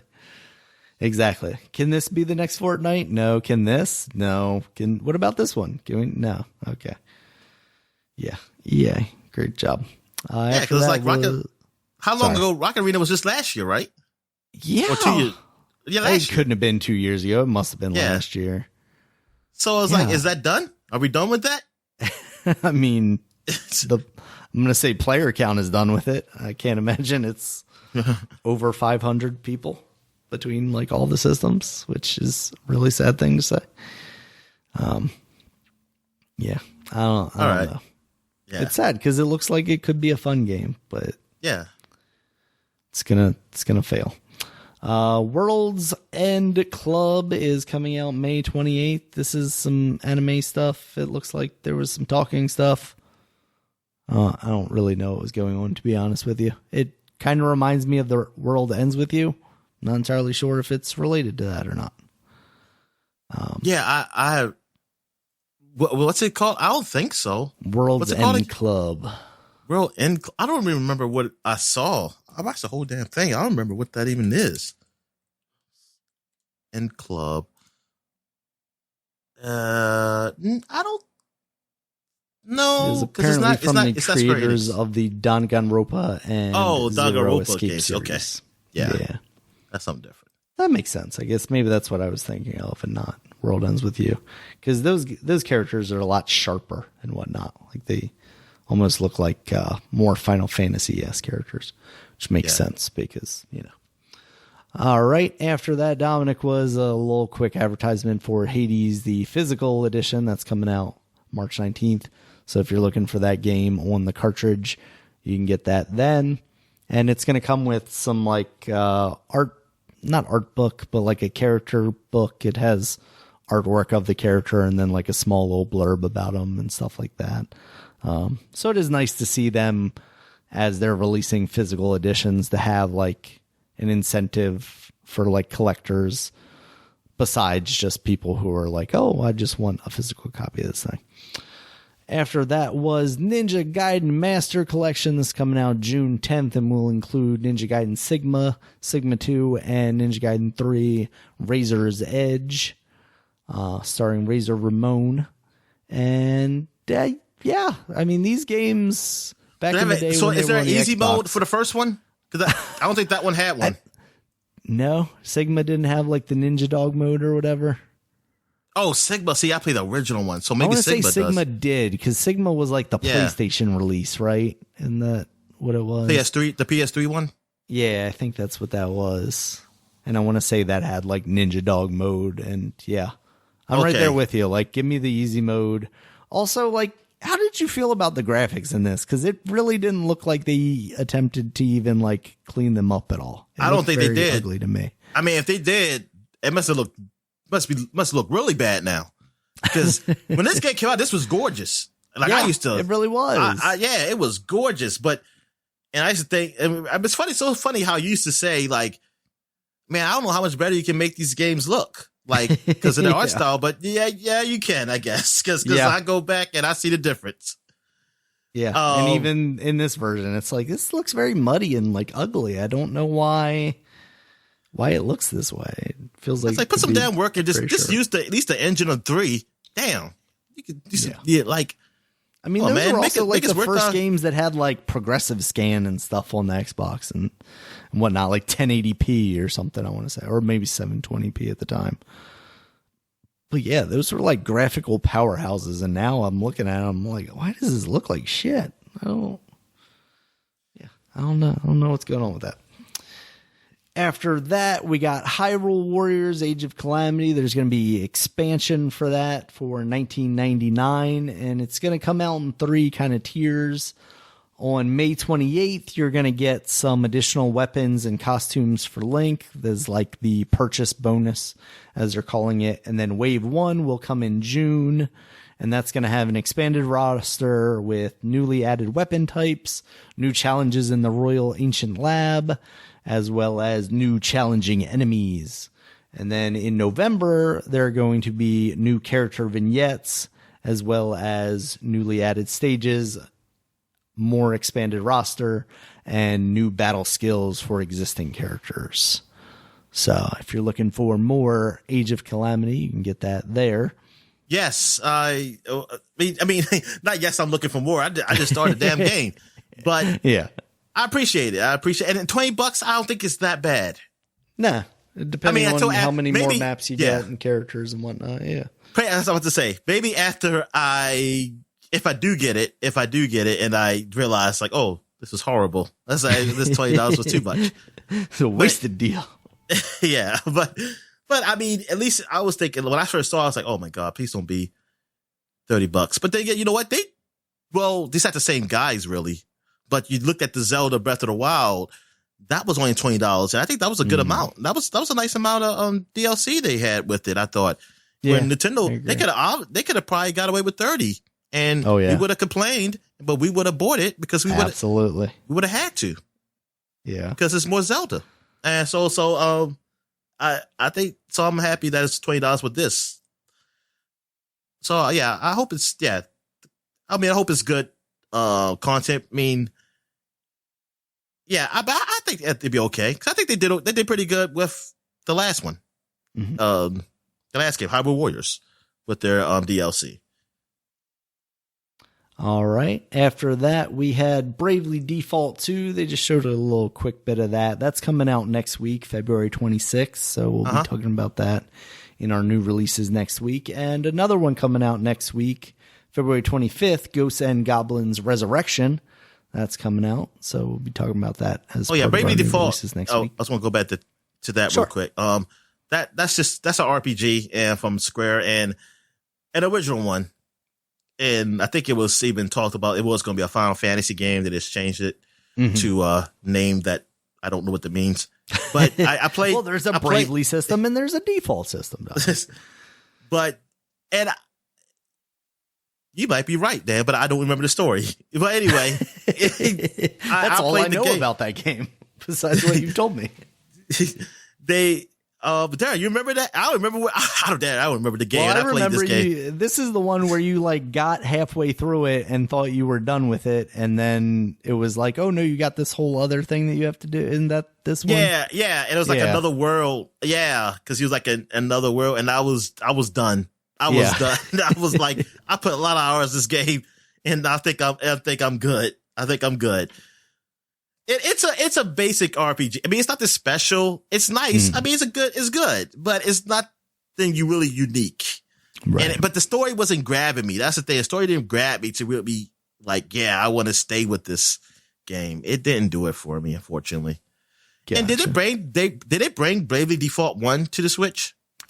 I want to say yes, actually. Bravely Default Switch.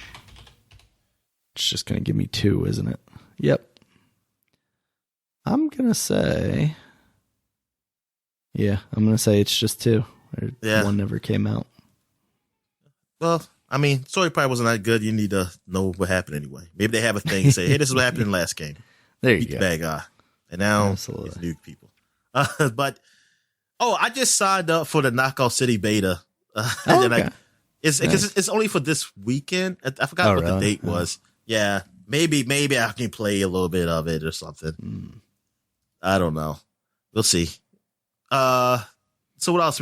Ghosts and Goblins Resurrection. The Ghosts and Goblins games I never really got into. But how do you think this game looked? It looked okay to me. It looked all right. Yeah, I think they did a good job of updating the graphics with that stuff. You know, it's all hand-drawn looking art, which I always appreciate. It's one of those I'm going to have to see. Like, I would love there to be a demo for it because Ghosts and Goblins is notoriously a very hard game.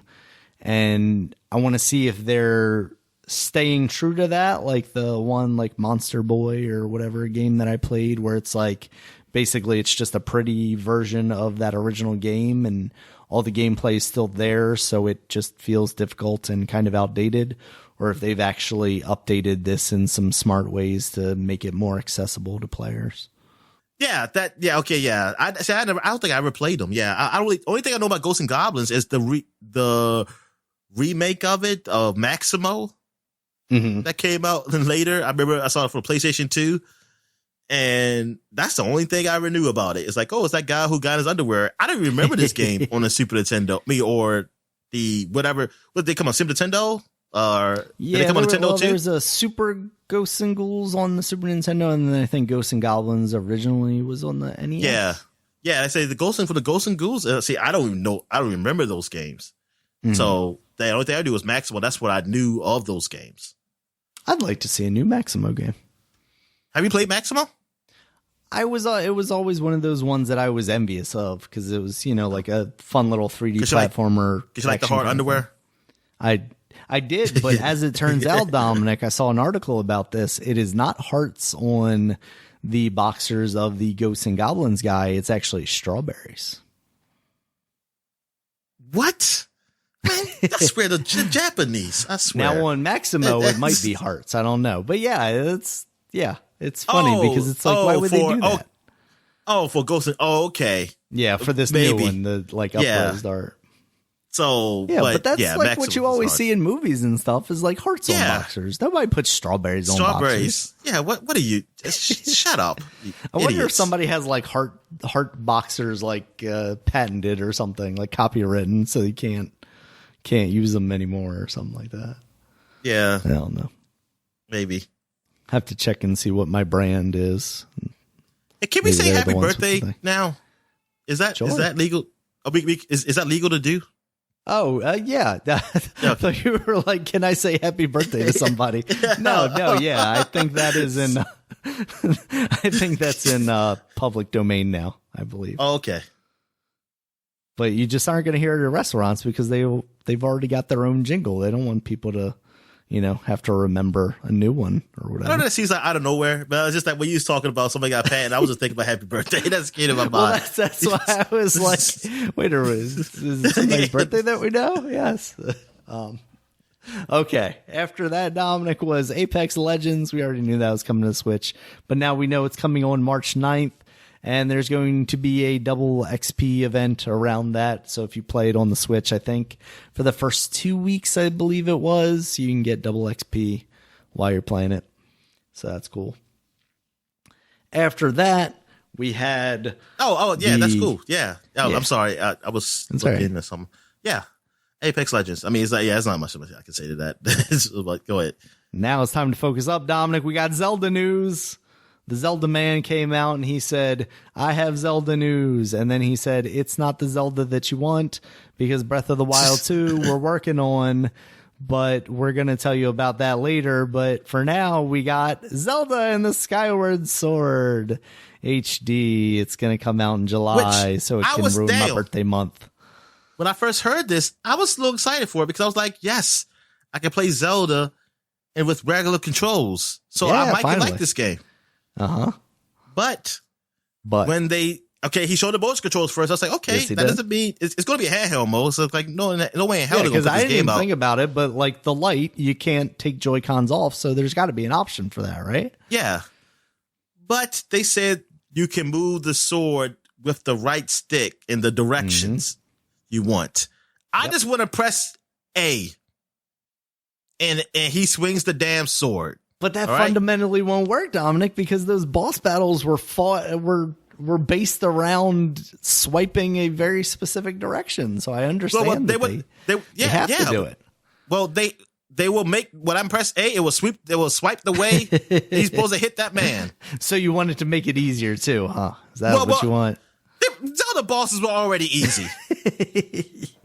Jesus Christ! What you do with the freaking the moves were, the moveset is, it's pretty easy. They're already easy. I'm sorry that you made the game that way. Well, you know what? You should make it easy mode then and say like, we'll move it the way you want to. You might not be enjoying it as much and say, oh, well, I'll be damned if I'm playing it like this. Maybe I will, Daniel. Maybe it will be better for me to use the left stick. It might be. I know it's probably better than swiping with the fucking Joy-Cons. Yeah. But I don't know. They said improved motion controls, Dominic, so even better than the Wii Motion Plus, because that's what I don't want to do motion controls at all. Like, I don't want to do it. I don't care. What's not this better than me pressing A? Yeah, pressing nothing that's better than that. I mean, that's why I got a Wii Fit for, Daniel. Well, that's why I said. Well, I did get a Wii Fit. That's why I got Ring. You got me Ring Fit. Yeah. I can use that. So here's the thing that I wasn't thinking about during this presentation, and I guess it doesn't really matter because it wasn't the case in the original game, but like by them using the right stick to do slashing stuff means you don't have a camera to control. And I know that's the way the game was in the original, but again, I would hope that they add. Oh my God, it's going to be like Mario Galaxy all over again. Exactly. Exactly. Oh my God, Daniel. Why can't you just work on this? Get a team. You got a lot of those Japanese people out there. You can find somebody and say, hey, we need y'all to work on just making this work for the Switch. Of them just pulling random Japanese people off the street. Here, work on this Zelda game. Yeah. That's how that works. Dang. That's how you ended up with the CDI Zelda game. That's why they don't do that anymore, Dominic. Yeah. So this ain't gonna be the game I want. Then, damn it. No. I'd rather for them to put. Well, of course I want Wind Waker, but shit. Yeah. And the work is already done with that one. Just give me you're giving me every other Wii U game. Why would you not give me that one? You can just shit that one out real quick, and then you can also give me this one that I'm not going to buy. I'm telling myself that right now, Dominic. I will not buy this game.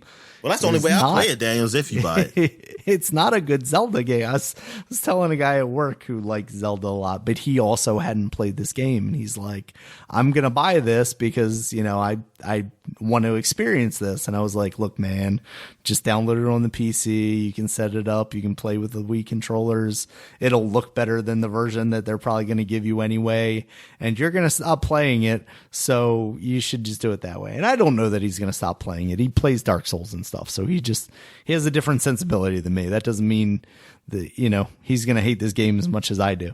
And there were elements of this game that I didn't hate, but after years of being told, hey, this is one of the mainline Zelda games and it's great, just like Twilight Princess and just like 64 and Majora's Mask and all those, and then coming to it and going, oh no, this is not good. This is not Wind Waker. The motion controls was what kept me off. Like I was okay with everything was in there. I got farther than you did. The dungeons were relatively still smartly designed and everything. Yeah, they were. Exactly. It was just the motion controls was just.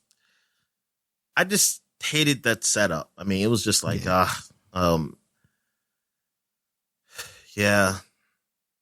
It's just one. It sucks. I mean, I know what people say. Well, those work they got put into. Well, work. That's what work is. You work. You get it right. Yeah. Put some work into it. I mean, you're going to charge me $60 anyway. So work for it. 100%. 100%. Yeah.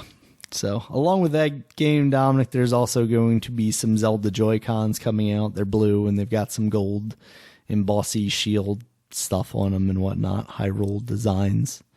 So we got that to look forward to. You said just the Joy-Cons. Okay, not no just dock the Joy-Cons. Yeah.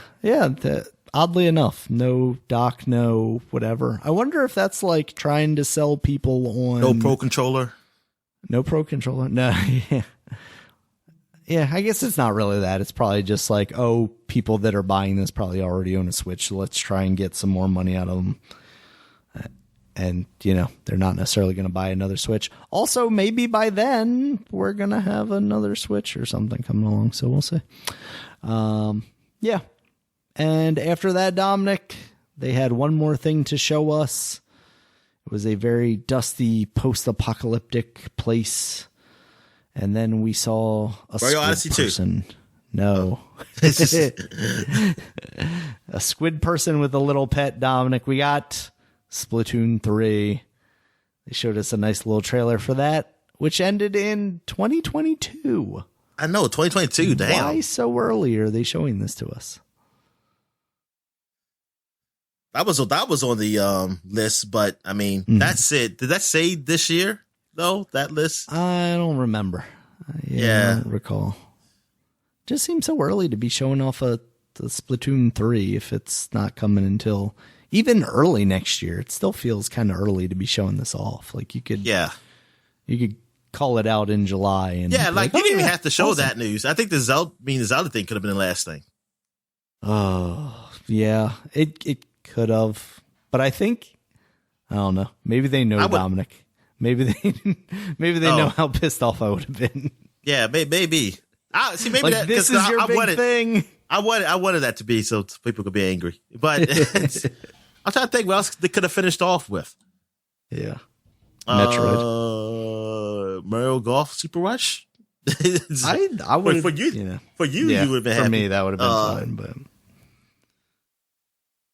Yeah, I think the Zelda had to be there. I think Zelda, just that it wasn't. It would have been, absolutely.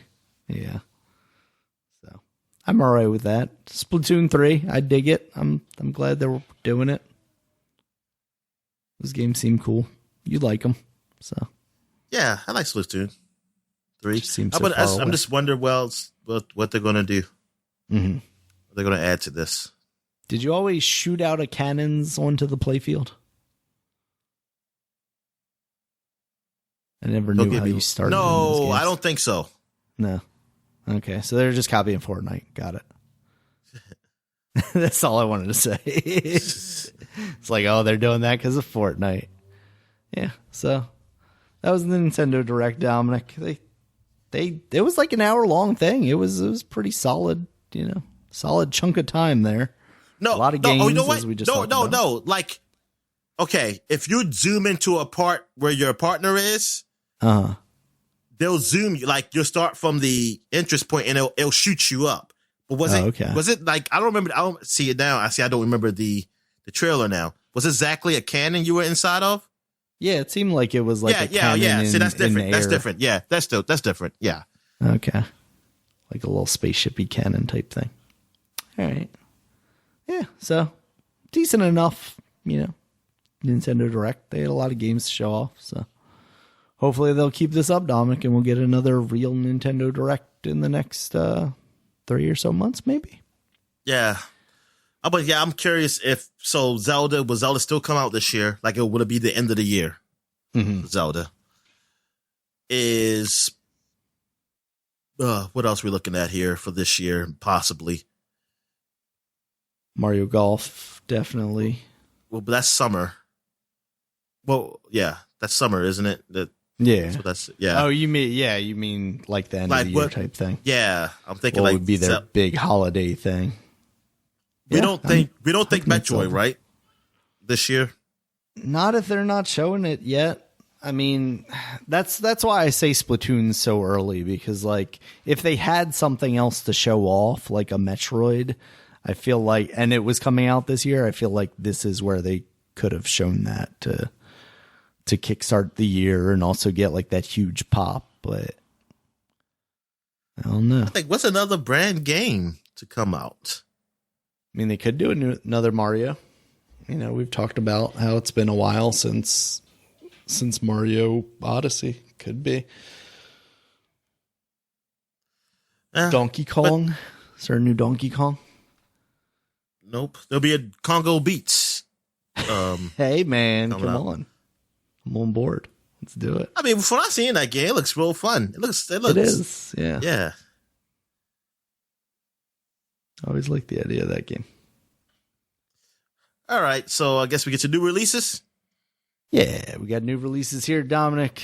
Speaking of SNK kind of stuff, and versus Capcom stuff, really. SNK versus Capcom, the match of the millennium, is now out on the Switch. That's the first Neo Geo Pocket Color one. Oh, okay.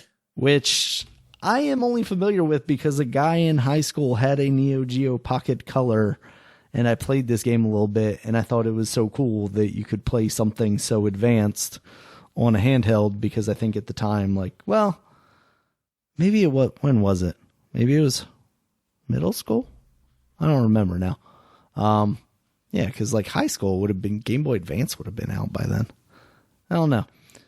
But basically it was like, oh, hey, here's these like Darkstalkers characters and stuff like that. And I was like, oh, this is awesome. I can play as Felicia on a little tiny handheld. And she's all cartoony looking. And that's fun. Dimitri's also in there, I think. So that's on Nintendo Switch. I'll have to check that out and see what that looks like, because the Neo Geo Pocket was a very different aspect ratio, and I wonder if it just has bars on the side of it, or if they actually like made it a widescreen game. Yeah, how much how much this game costs?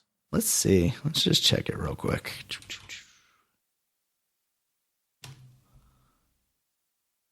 Switch. Oh, here's the Nintendo one.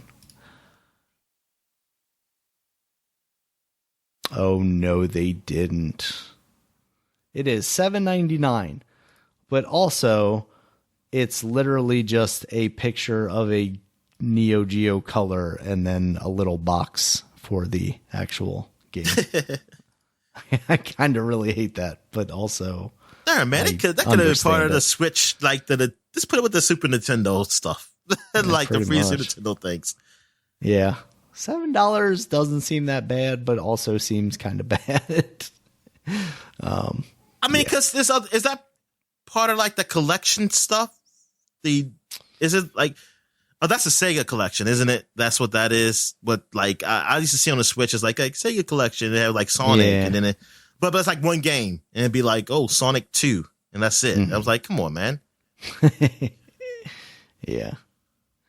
All right. And then the other one, Dominic, also for the Nintendo Switch, Thomas Was Alone coming out there.